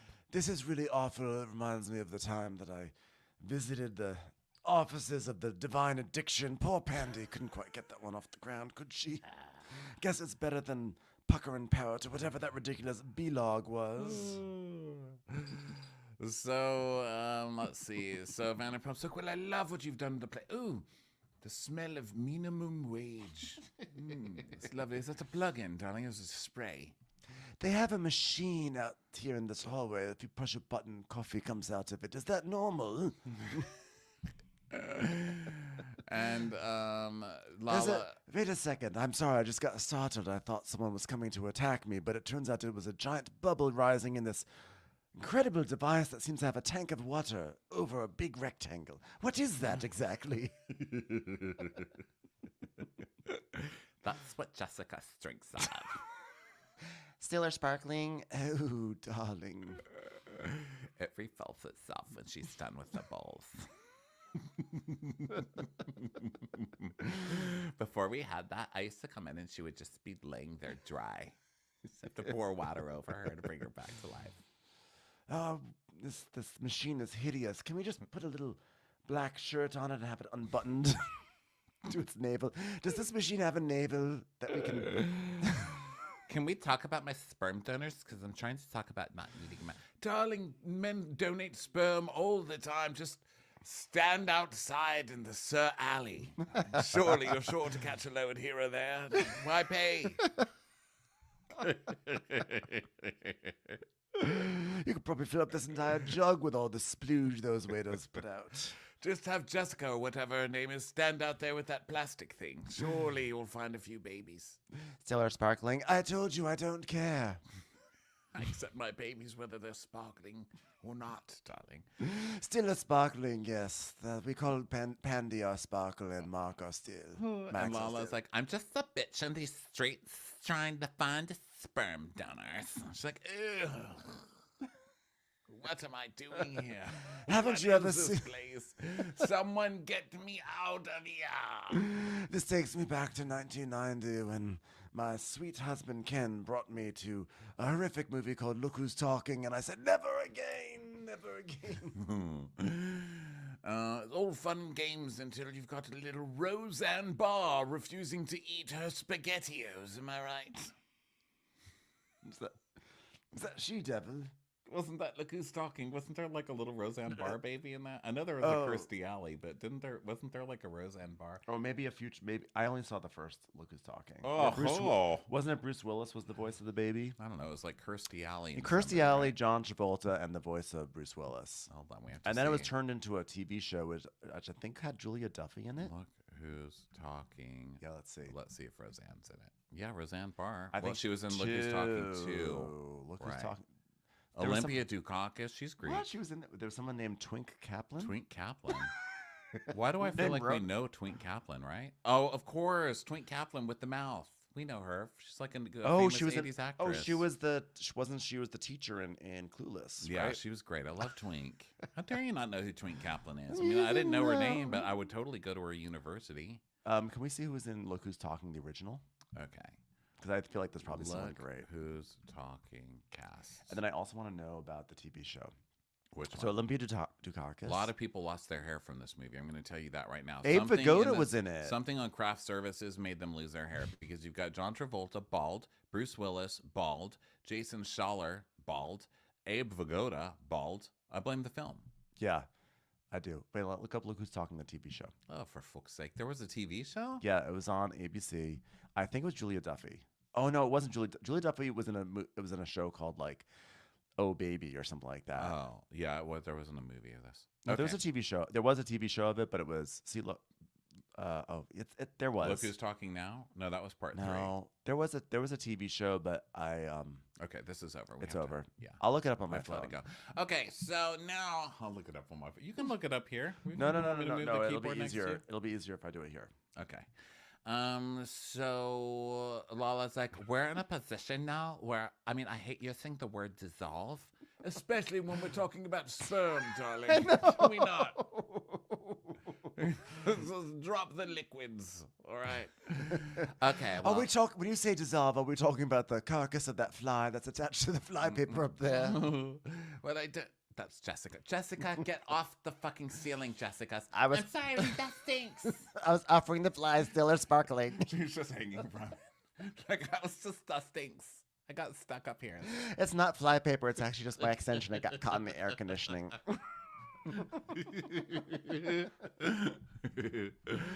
So she's like, okay, well, I also don't like using the word brand, but we're gonna rebrand, and that's what we're doing, because I have to get rid of Lala's in the names. The brand has to stand on itself. Wait, You make 2 sweatshirts, send it to Daryl, and like, I'm a bitch on these streets. I just want to interrupt and say that there was a show called Baby Talk that did star Julia Duffy and George Clooney. Baby Talk starring George. He's probably so mortified. George Clooney. I'd like and Julia to think Duffy. George Clooney is in Dubai somewhere getting a massage, listening to this. Like, Well, fuck he's those guys. Well, no. George Clooney is now he and Amal are like concerned about like major worldwide events and humanitarian causes, and then we're here like, yeah. And he was also in a show called Baby Talk. Well, hey, listen. Julia Duffy. It doesn't erase your past. You know what I mean? Look at Oh that! Look my at that God, photo! Look at fucking George Clooney, Wow, all he's in big-haired. It's Julia Duffy and wait, click on one of them. Well, this is also him on Roseanne. Remember when he was such a disappointment to Jackie? And he was on Never Facts of forget. Life. Like I feel like those of us who are children of the '80s really knew the true. True George. He was also not that cute back then. Look how cute he is now. He's way cuter old. Yeah, good for him. Jealous. Okay, so we're talking about Lala's business. So We're much like supposed George to be Clooney, carrying- she's rebranding from Yeah. Baby Talk to international superstar. Yeah, he rebranded the Caesar salad to a Caesar haircut. We all had it. Do you remember that? God, my head smelled like anchovies for God, I months. looked so weird with that haircut. Yeah. But that was the first time people were like, "Oh my God, your head is so round." I'm so- You had the Caesar? Oh yeah, I didn't. I never did it. I pulled it off. I love that shit. Except I have 2 cowlicks right here. When I had hair, I had 2 cowlicks, and that kind of fucked up the Caesar. But you know. The Caesar's hard. Kids, your haircuts as a kid can never work out. That's the point. Okay. So the Lala point is Lala we're in is the giving Lala up. scene. It is no longer give them Lala. It's give up Lala. Okay, because Give up, Lala. It sounds, but it also sounds like maybe the brand that she created was that like enmeshed in her relationship. Is that like is she having to rebrand because of her divorce? No, I don't think so. I don't know. I don't you know think what? Rand We're not going cares. to know because Lisa Vanderpump sure does not give a fuck. She's like, "What are we? Why am I here? What have I done? Who made me come to this set? This set of sad." So she doesn't ask her anything. She's just like, "Sperm is disgusting, darling." And so then she's like, "Let's talk about this baby some more." So she's like, "So." Lala says, "Yeah, I want another baby, and this morning my child is fully speaking." And Vanderpump's like, "And did she mention a sperm donut?" No, but like I don't want to have my baby. I don't want to have a baby daddy. Okay, it's like you know what? I want to have a child. I want to have many little babies. Okay, and I'm like thinking about I want to get a donor, and then I want to have this one and like adopt one, and then get a baby, and then create a baby. What I want to do is I want to Pinocchio some bitch. I want to go to a toy store and be like, "That's mine," and then I'm gonna make it come to life. Okay. And she's like, "Yeah, I'm gonna adopt one. I'm gonna get a guy. Then I'm gonna buy one. Then I'm gonna like find one on the streets. I don't even care. I just want like a non-share baby." She's like share the singer. No, I don't want to share my baby. It's like so hard knowing that somebody could come in and take my baby. One day I want to be able to look at Ocean and be like, "Bye, Haffy," and then just push her out the car door, and then hug my child, my full timer. Be like, "Your benefits are better, babies." Have you considered a small, barely alive little dog? Because I find that's very rewarding. No matter what you do, make sure you chip your child. happens, no matter what happens, I find someone, a child, and before you know it, they're at the shelter in the OC or Arizona, of all places. I love being a mom. Okay, I'm bored. This is exhausting. I know that poor mothers go through labor. I don't want to hear about it. All right. So, Sandoval, Tahoe was a respite, wasn't it? What? What about spitting? No. Okay, did you have fun there? Are you friends yet? Can we do a TV show yet? What's going on? Sorry, I was in the middle of trying to rebrand my babies. But okay, we'll talk about Tahoe. Okay, well, it was easy for me because I don't have to be between Tom and Ariana like Scheana does. But there was this group photo taken of all of us in Tahoe in front of Wolf. Okay, thank you, darling, thank you. And the internet was like dragging Scheana for being a slut. No. For having terrible dry eyelashes, they're embarrassing. Tell her. No. For never going through the universal life experience of being on Dancing with the Stars. Well, that too, actually. But mostly for standing next to Sandoval. And I was like, why wouldn't you put out a message to Ariana? And she didn't want a headline. And I was like, everything is a fucking headlines. And then she did it. I'm a good person. I'm like the mother Teresa of making people post on Instagrams. So then we see Ariana tweeted something that was like, Scheana's great. She's always been great. We love her so much. Doesn't matter who she stands next to. It would matter more who she dances next to if she were on a show about dancing. Listen, it's not like she did the rumba on national television with somebody that dumped me. It takes two to tango, especially if you're on Dancing with the Stars. You know, Brittany, I just wish that I could make this up to Scheana and thank her for being so loyal by letting her do Brittany night on Dancing with the Stars. Unfortunately, they wouldn't allow that, so I'm going to do it this Tuesday. They're doing a night for me. I'm going to dance to the song Rotten Hale. I'm allowed a moment. Oh, just give me a moment. I'll live for my kids. You're a cool guy, Tom Mergeron. You're a cool. What's her dog's name? You're a cool dog. You're a cool guy. I don't remember. Carson, Breeson, Fluken, Larkin. You're a cool guy, potato chip. You're a cool guy. You're a cool guy. What is his name? You're a cool. I Oh my don't God! know. I'm I sorry. don't know. Anybody hitting? Okay, I'll look it up. I'll look it up. I already. Brittany I and already. Jax's dog. Okay, Brittany and Jax's dog. I'll look it up. Okay, so Lala's like, yeah, she needs to put out a statement because it's shitty of her not to stand up for somebody on Instagram. She's like, oh, we're calling it Insta Hippie now, darling, just to spite Raquel. So Lala's like, yeah, I said, Ariana's, something's gotta get. Kingsley, you're a cool guy, Kingsley. Yeah, that's right. Thank you. That would have made me nuts. So Vanderpump's like, I only see a shitstorm coming. Woof, 2024. So now we are. Lala drinks from a mug with her face on it. I love. There is Free so much. brandings. There is so much episode left. I'm just looking at I was like, oh, we are only getting to Really? Aren't we almost done? No, we're just getting to our first show. We're on an hour 40. Okay, well, it's okay. We're You having know what fun. we should talk about? Look who's talking. We should really talk about that. That's what we really need. Look who's talking. It's us. All right, I'm tired. You take over. I'm So gonna do a facial. I know, yeah, because I was doing. Yeah, get it up. Do you have to lubricate that? Yeah, you have to put this like gel on it, and then you I like. had no put idea. The thing. Oh God, damn! This feels so good. Yeah, Gel that's so cool to laser- see it up lasering in my person. face. Wow, that's very nice. I have another one. Do you want me to get it for you? Sure. I can alcohol wipe it off. Yeah, I'll give it a try. It's sort of scary. Is my face gonna burn? No. Okay, so we hear this City Lights song that's about city lights and stuff, and we see James is DJing at Sir, and we see lots of pink drinks and everything. So Schwartz walks up with Joe, and this is a very big Joe episode because this is also the episode where we get our first Joe confessional, which, by the way, I love Joe. So Joe is like, if a spider could talk, what would it sound like, and would it want free Olive Garden? Because I guess that's what I want right now. Breadsticks, okay? I just cut your hair. Why are we at Sir instead of Olive Garden, okay? And Schwartz is like, oh, well, have you ever heard the term talking spiders or barking spiders?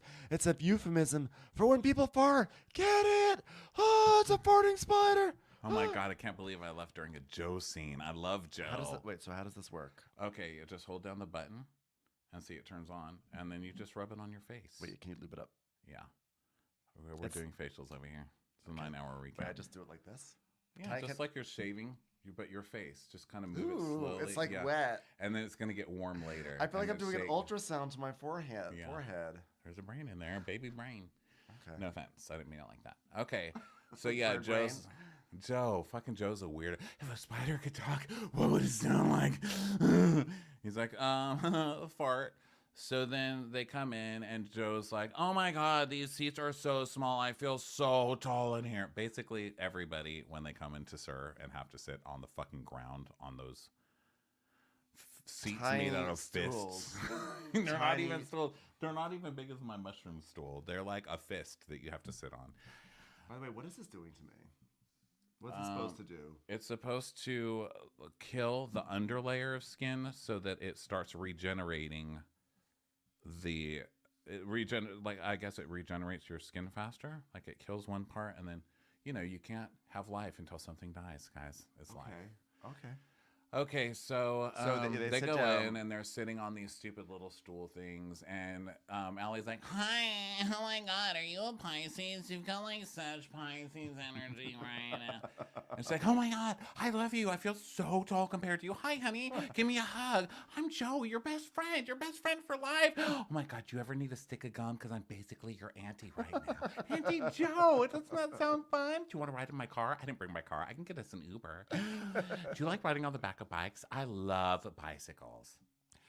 Did you ever know that disco balls are just tiny mirrors? I had to stop doing this thing because it's distracting me from the I can't multitask the way you can. You're really good at it, but I'm like, am I putting it in the right place? Am I doing even distribution of laser? There's no wrong way to do it. Okay.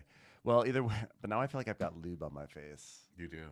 It dries up fast. And then look at my skin now. Look at my forehead skin.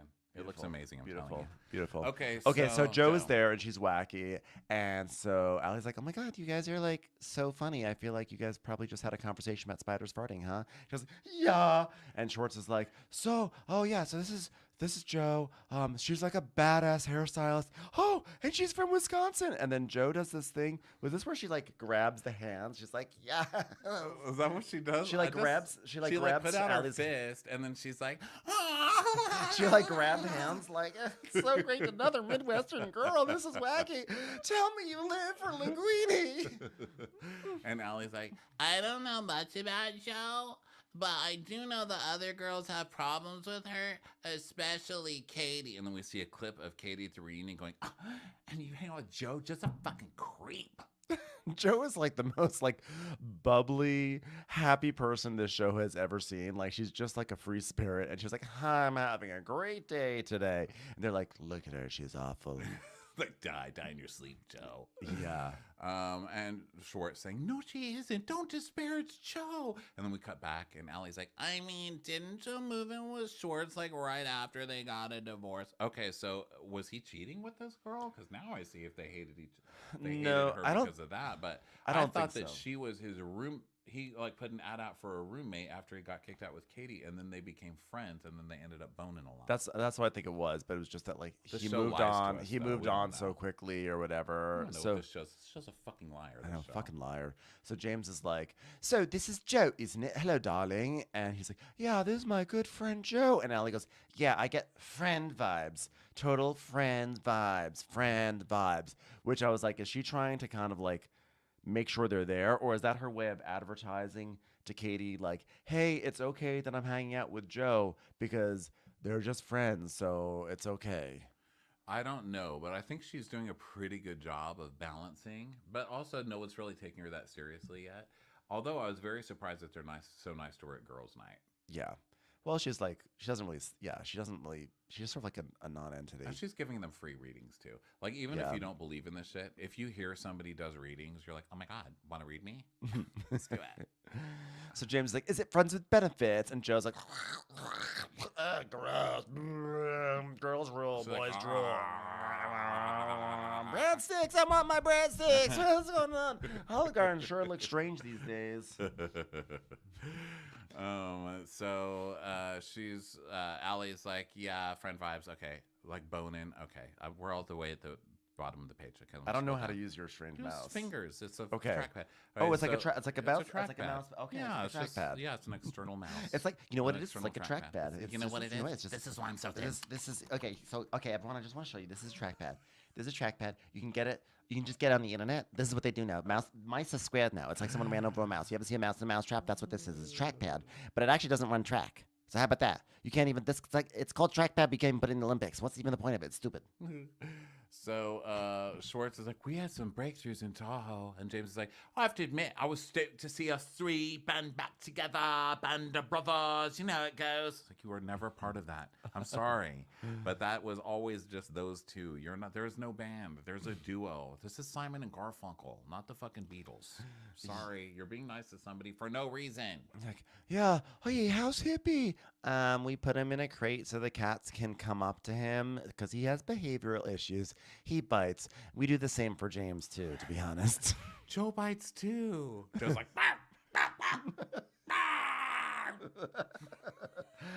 Schwartz says if I bark like a dog, we can go to Carvel afterwards. and then Allie's like, oh my God, it's a guy with giant muscles and no sleeves on his sweater. Is that Sandoval? And so then Joe's like, yay, Sandoval! Watch out, you're gonna feel real tall in these chairs. Whoa, Sandoval. I hope he takes me out back. Like, ew, that sounds just, no, Outback Steakhouse. That's like my deal with him. So Schwartz is like, yo, I was watching James. I was watching Frank Sinatra's on videos on YouTube and masturbating next to Joe. And I was like, we should have a Rat Pack guys night, because we're like all supporting Rat. And I don't know, it just sounds fun. Back. It's like, I'm in. I'm absolutely in. Hey, dude, what's going on? I was just down the street. Oh, sorry, I thought I'd pull some Southern charm. Hey, what's going on? And Allie's like, oh my God, I'm like nervous. It's like I'm sitting here with Sandoval. Oh no, it's. So Allie's just looking around uncomfortably, and we get nuts. And Joe's like, oh my God, the tall ones sit here, okay? It's good for your knees. Just kidding, it's really not good for your knees. This is where we're sitting. Oh my God, are you my best friend now? I love you. God, I love you guys. I feel like we've known each other for 19 years. This is amazing. Allie, I know what your sign is. Amazing. If you were a sign, you would be called Gather. Because really what I want to do right now is gather around you, hold hands. Let's hold hands. Just kidding. Dogs don't have hands. Can I throw this goat cheese ball at your face? It'll be fun. So Sandoval's like, so I was like just talking with Lisa, and like we filled each other in on stuff, and yeah, got our ice cream. And they're like, okay. It was pink. They're like, okay. Hey, James, check out these sunglasses. Yeah, put them on. Put them on, James. Yeah, James, put these on. I got these for you. People accuse me of grooming, and I totally don't do that. James, put on these sunglasses, bro. These are from the Linda Dano connection from 1987. These are really expensive and hard to get, James. You can keep them. He's like, oh my God, Linda Dano. He went on a date with my godfather, George Michael. You might have heard of him. Can I call these sunglasses Andrew Rigsby? Because, he's in Wham. So Schwartz is... Then Schwartz coughs, and Joe... Oh my God, that was a world leader. Know that much. My godfather George really loved him. So Schwarzkopf. Oh, Schwarzkopf was not a world leader. He was a general. He was a general in Desert Storm or Desert Shield. Well, how's James supposed to know that? General Schwarzkopf. So Joe's like, ew, you spit on me. Kind of fun though. So Allie's like, she's like, oh, James, those are nice on you. They're very Elton John. He's like, thanks. Hey, Annie Belly, Elton John. And she's like, it feels like he's trying to buy James. I hope James doesn't fall for his apology, because then when he does and then it doesn't work out, he's going to be like, why did I fall for this loser? But through the years, Tom's has always been giving me a lot of cooler, like, older brother gifts, and like I've never lost one thing he's given me, except for the joy I had at Rachella, perhaps. And Raquel. And Raquel. I did lose Raquel. To him. It's almost like I gave him a gift. Yeah. So Kristen outside of Starbucks. Kristen? Kristen, because they were showing shots of LA, and then they showed one of those blow up things with the arms. Yeah. Going, whoa, whoa. Yeah, they're back. So they're back at the skee ball place that Raquel went to with. Scheana went there. Yeah, I think Scheana went there with Brock last season and was talking about how she like stands for Raquel. So they're there, and Joe's like, "Oh my God, let's get some tokens, tacos and tequila." I mean, wow, I can't believe like Olive Garden's rebranding like literally every day. Now it looks like this. It's a trifecta of teas, tokens, tacos, tequila. This is amazing. We are playing fucking skee ball. That's what we're gonna do. We're gonna ski on the ball, ski the ball. We're skiing on the balls. Not yours. We're just friends, right? Just to be clear, Joe and I were never in a formal relationship. However, last summer, I maybe didn't divulge as much about how much we care about each other. I'm a little boy, I'm cute. But part of it was, Katie had such resentment towards her, and Joe isn't everyone's cup of tea. But she's a great cup of tea. Oh, I just called her a cup of tea. I'm the fucking cup of tea. Loose leaf. Put some honey on me. God, there was a guy. So I was listening to NPR. What's that? I don't even know. But I was listening to it, and there's a guy testifying about evidence of aliens. I mean, there's so much new info about aliens. Like, tell me you're not a tall gray. Please be an Earl Grey. A beautiful tea of Earl Grey. I come in peace. I'm just an alien standing in front of an Olive Garden asking for some free breadsticks. And just not to let any of this pass by without commenting that Schwartz is also a piece of shit in this situation. Shocker, you were lying all summer. No one would have guessed that, Schwartz. And you weren't listening to NPR. Come on. Yeah. Let's be honest. Yeah, okay. Fucking Schwartz. I love the way Schwartz is curating his personality. He's like, I was just at home watching old Frank Sinatra videos, and reading listening NPR. to Terry Gross. It was just me listening to Terry Gross. Watching old Frank Sinatra videos, reading the latest book review by Michiko Kakutani. And she's like, guys, last night, am I right? That was so amazing. Last night was so amazing, right? Schwartz, it was so good. We were such a family. Remember when we passed the turkey and the stuffing? I mean, it wasn't really turkey and stuffing. It was just hugs and hugs. Remember when I gave my fist to that girl who reads charts? And I was like, you're my sister. And she told me to please leave. And I was like, not without you. Not without my daughter. Am I right? Sally Field, bitch. Get over here.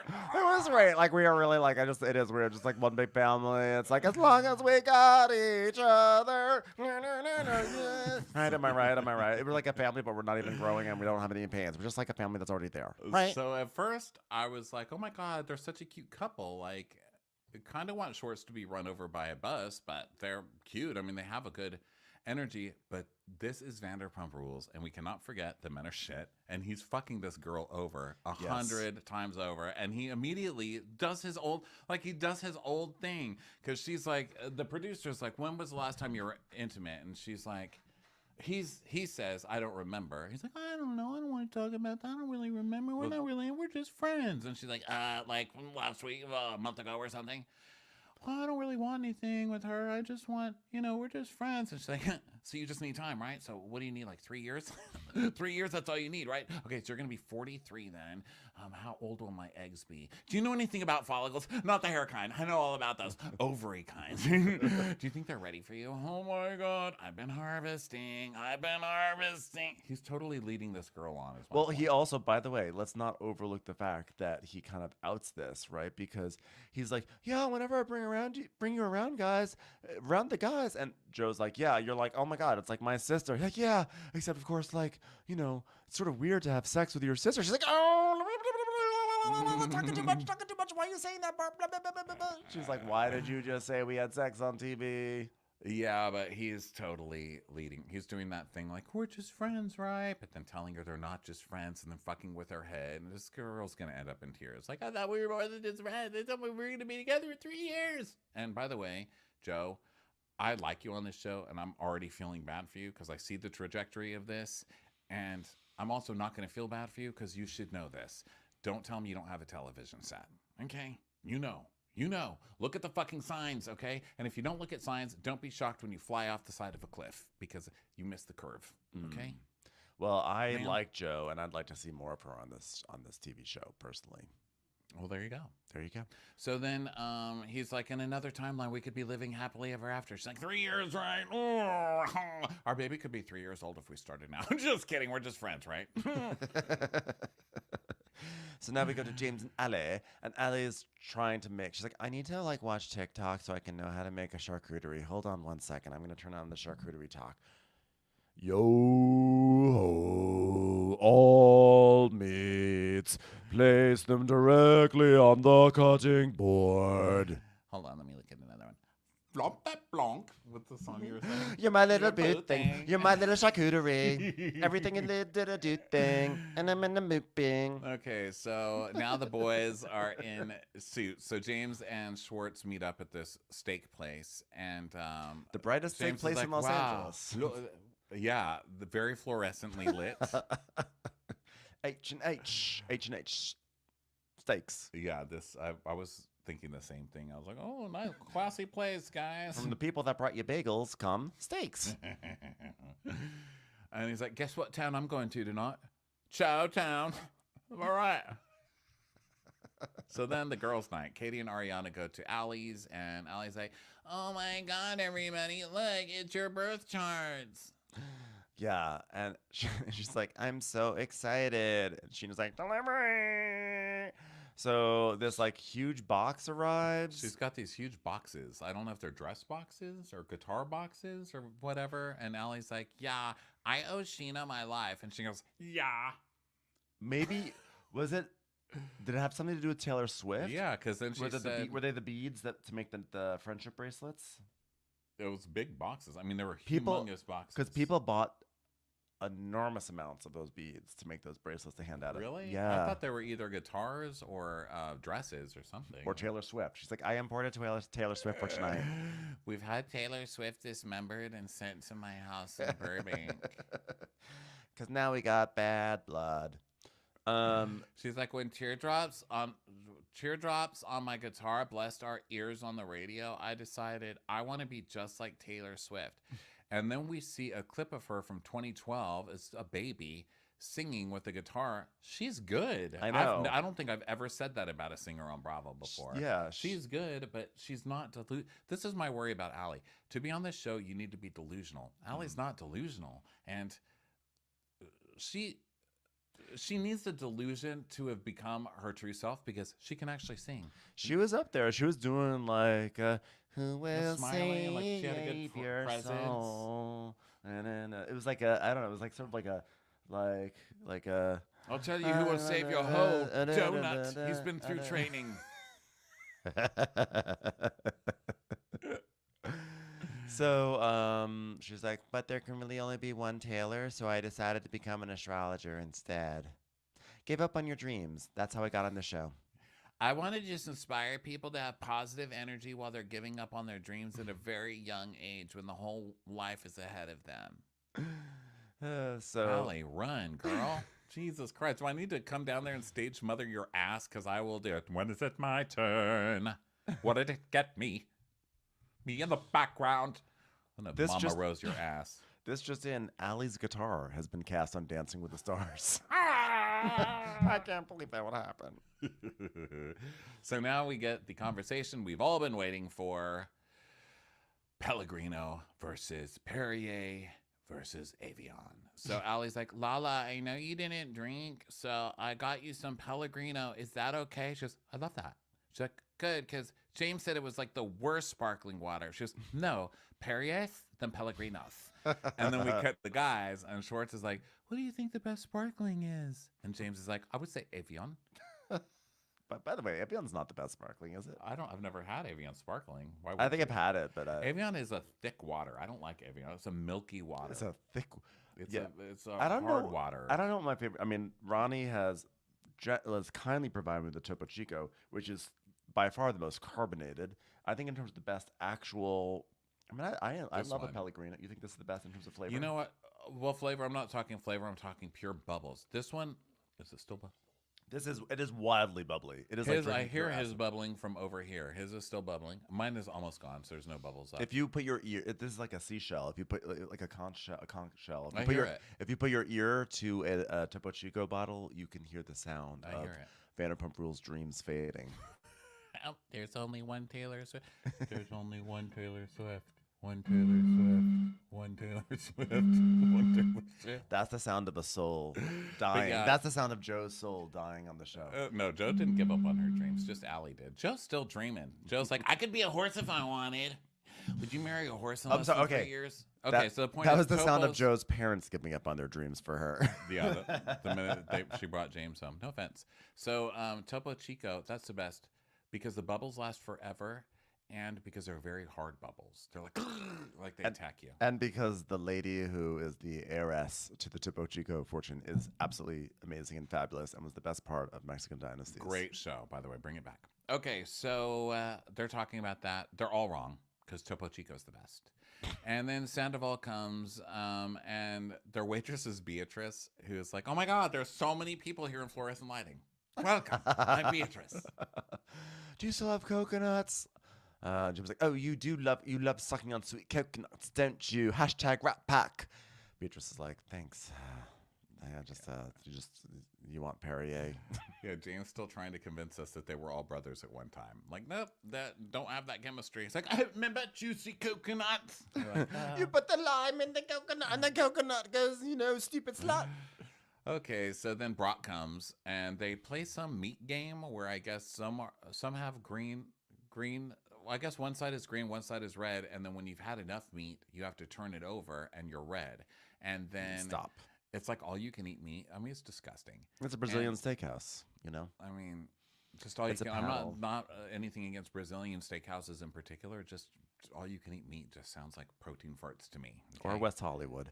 So Lala back at girls' night with star charts. Which, by the way, half the reason why Scheana came is because she heard the word star. It was like, maybe it's dancing with that. So Lala is like, by the way, I'm so excited about tonight. I want to hear about everyone's. Okay. So Ali says that Ariana has Jupiter in her first house, perhaps drops of Jupiter. Yeah, it means you're so lucky. Like, you have like a 4-leaf clover in your pocket. Ariana's like, I didn't feel lucky when Charlotte died, and then my grandma died, and my relationship died. And we see the clip of her scene about Misery. like, can I get you anything for you to die? Yeah, and she goes, but maybe getting rid of Tom was like stomping. Maybe Tom's foot was on the 4-leaf clover, stomping it and getting rid of him, like let the 4-leaf clover bloom. Yeah. Yes, actually. That seems a good theory. Yeah. So then, I mean, I even feel better, honestly. And so Ariana's, Allie's like, Scheana, I was super, super shocked by yours. Is mine like a girl with dresses for you that look like Taylor Swift? Yeah. Your moon is in the 7th house, which is like a need for partnership, but your sun is in the 12th, which means like the 1st is the beginning and the 12th is the ending. So like, we're all gonna die. Like, what the fuck, dude? I know. Hold on one second. I read that wrong. Your sun is actually in Sparrows. I don't even know Sparrows could have a space on these charts, but apparently they really are everywhere. Oh my God, it's amazing that you read my future restaurant theme, Sambaros. It's like Sabaros, but Mexican food. Sambaros.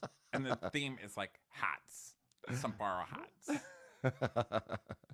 So Scheana's like, story of my life is like putting everyone first. And like, that's just like how I was raised. Like on the plane, like you're supposed to just like save yourself first. And like, I would save Auntie because she makes enchiladas. I would save Auntie. So Ollie's like, Lala, you're next. You're mean. Lala's like, yeah, I'm a real cut fatness, right? And so they're all laughing. And then she tells Katie, this is definitely not your first lifetime. And Katie's like, no, I think I'm on my last one. Yeah, in my previous life, I was always like a male. That's why I'm like having trouble stepping into my feminine shit because I've never been a woman before. And she goes, yeah, if you ever wonder why I have such big dick energy, it's because I used to have a big dick. Allie's like, okay, cool. Hey, Ariana, can I tell you something? Things are looking up, and I know it feels shitty right now, but in 2024, around March, you're going to be like, thank God that fucking happened. Cut to Ariana's now being sued for revenge porn. Well, she's being sued while she's on Broadway. So, But she's on Broadway. I don't know. I don't know. So I mean, by the way, that is kind of wild. I mean, Ariana's literally like selling out like the biggest sales Chicago's had in years because of Ariana, and that is happening right now in March. That's wild. Ellie got it right.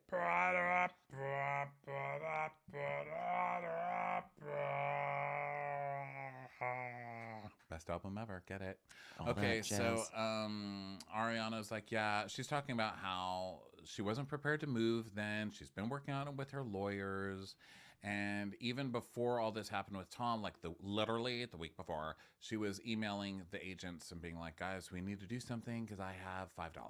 So Yeah, and she was like really like she was running out of money, and she talks about how when she first started to make some decent money, they decided to buy the house, and then she was playing catch up. So it sounds like the house was like a little bit out of her like what she could truly afford.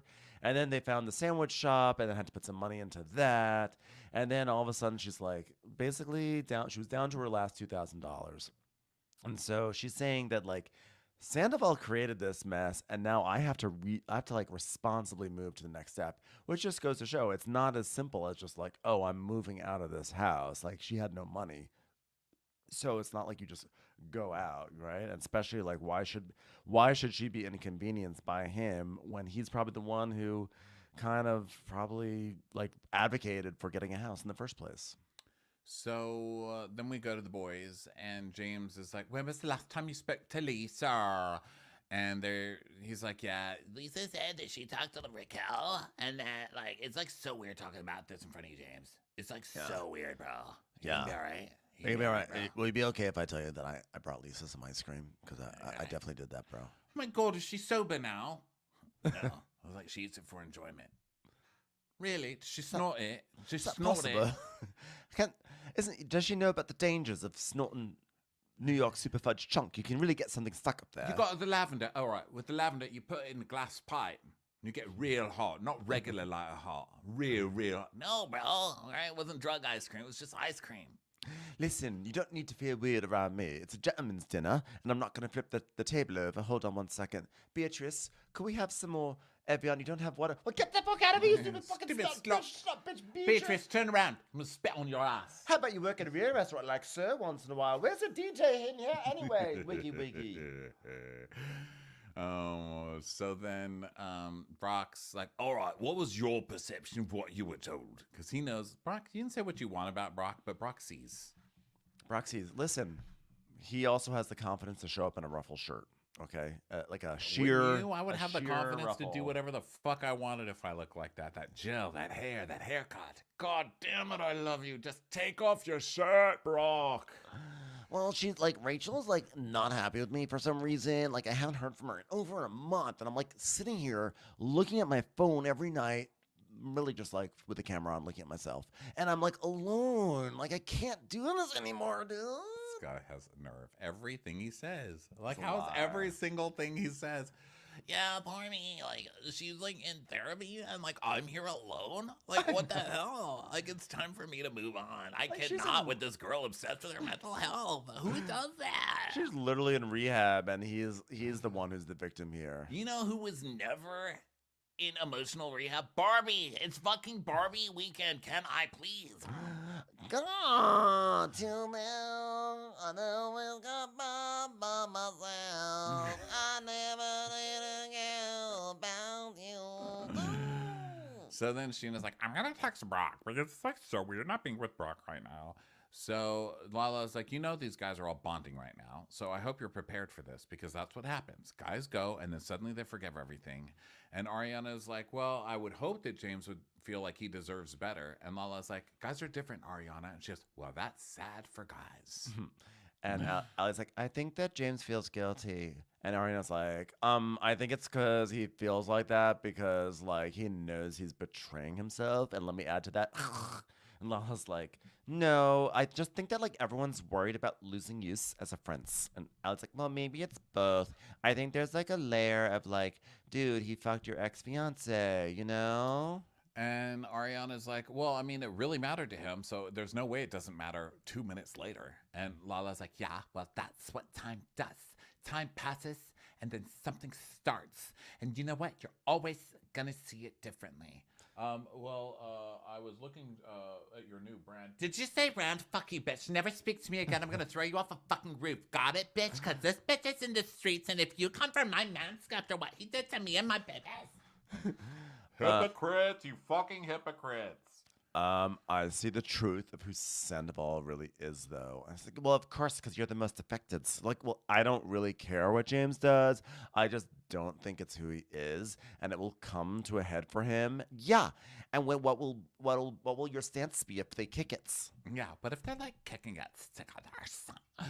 She goes, I'm not gonna fuck with that. She goes, see, but like, see, Scheana, she's made apparent that if you go and forgive Tom Sandoval, that's going to put your friendship at risk. And she goes, I didn't say anything about forgiveness. I'm just not going to fuck with people who are going out to dinner with him on a random Wednesday. Like a wedding. I love that. Wednesday night is like... I love it.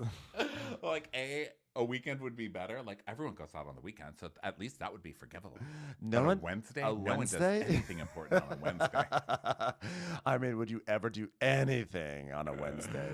So Scheana's like, this is like exactly what I was afraid of. Well, that and like not getting a call from dancing. But I was like trying to have a conversation with her tonight, and like from Dancing with the Stars to losing Sandoval, but like seeing her reaction to like James hanging out, I'm just gonna like sit back and keep my mouth shut. And Lala's like, if anyone understands this whole thing with the ex, it's me. Because like, I just don't want to see what happened to me happen to you, where I become so invested in what everyone else is doing. And Ariana's like, but I'm not. Look how light I am. You were mean when you were threatening to cut people off. I'm so lighthearted about it. Yeah, I'm like very chill and fun. Don't worry about it. Lala's like, but you're heated. You're heated that James is going out to have some Brazilian dinners. And Katie's like, you can't apply your situation to everyone, Lala. It's like, oh, really? Saying I'm applying my situations? Because we're not going to apply my situation in reality, are we? Because no one's going to like what I have to say about it. Ooh. By the way, when they show the shot of Katie saying ooh, she's like fully blurry because the camera was first decided to focus in on Mr. Banks. Mr. Banks. I was like that. Like the cameraman was like, I really don't care about Katie right now. Let's look at what the cat cannot win on this. Let's look at what the cat's doing. I know Katie's actually doing something today, and they're like, "What's Mr. Banks doing on the dining room chair?" It was literally like the cat was. The cat was like across the room, and they're like. And that, like, can we get Katie out of frame? Even in the final shot, spoiler alert of the episode, which will come in about an hour in this recap, but the final shot of the episode, Katie gets the final shot where she's like, I'm so mad at everybody. And it was still a close-up of Mr. Banks, and they had to blur back to get Katie's face in there. Like, the girl could get no respect on this show. Mr. Banks is like, can't help it, I'm a star. So Katie's like, well, what kind of threat is that, Lala? You're not gonna like what I have to say? Then fucking say it, Lala. Say it with your whole chest, bitch. Let it go. It's like, okay, Katie. You can't be invoking Lala, who's invoking Tupac, while you're in a fight with Lala. Okay. She's like, excuse me, don't talk to me like that, bitch. Well, I love two white girls going at each other. Come on, just stop, you two. You're embarrassing, you two. Katie's like, excuse me, like, don't point your finger at me like that, bitch. Well, you know what? You do not want that with me. Disengage. So Ariana's like, I think what she means is that you act like, oh, it was just so much worse for you, Lala. She goes, what's worse for me? I live it every day. Do you know what it's like to have a baby with a round face? Do you know what it's like to have to feed your little baby child 2 fried chicken breasts every meal? Every time I see that baby, I just say, be nicer to Bruce. Stop exploiting Bruce. So Lala is like, no one gets shitty ex more than me. I'm never rid of this shitty person I had a child with. That's how I know harboring resentment like Ariana is. It's gonna eat you alive, okay? It's like drinking the poison and expecting it to kill another person's, okay? It kills you. I don't want that for my friends. And Katie's like, yeah, well, your problem always has to be bigger. It always has to be better. It always has to be, which is true. She's got a point. But she was also the one who's like, Tom Sandoval never apologized to me about 5 minutes ago. So Lala's like, I wrote so hard for Ariana. Are you fucking crazy, bitch? And you're making me go on defense mode. And I don't want to go there with you. Then defend yourself. Well, I don't want to do that with you.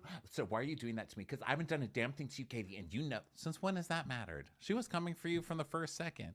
But you also have to remember, and that's what I love about this. They cannot keep it together for 2 seconds where they're like, we're just going to have solidarity for one. See, they can't do it.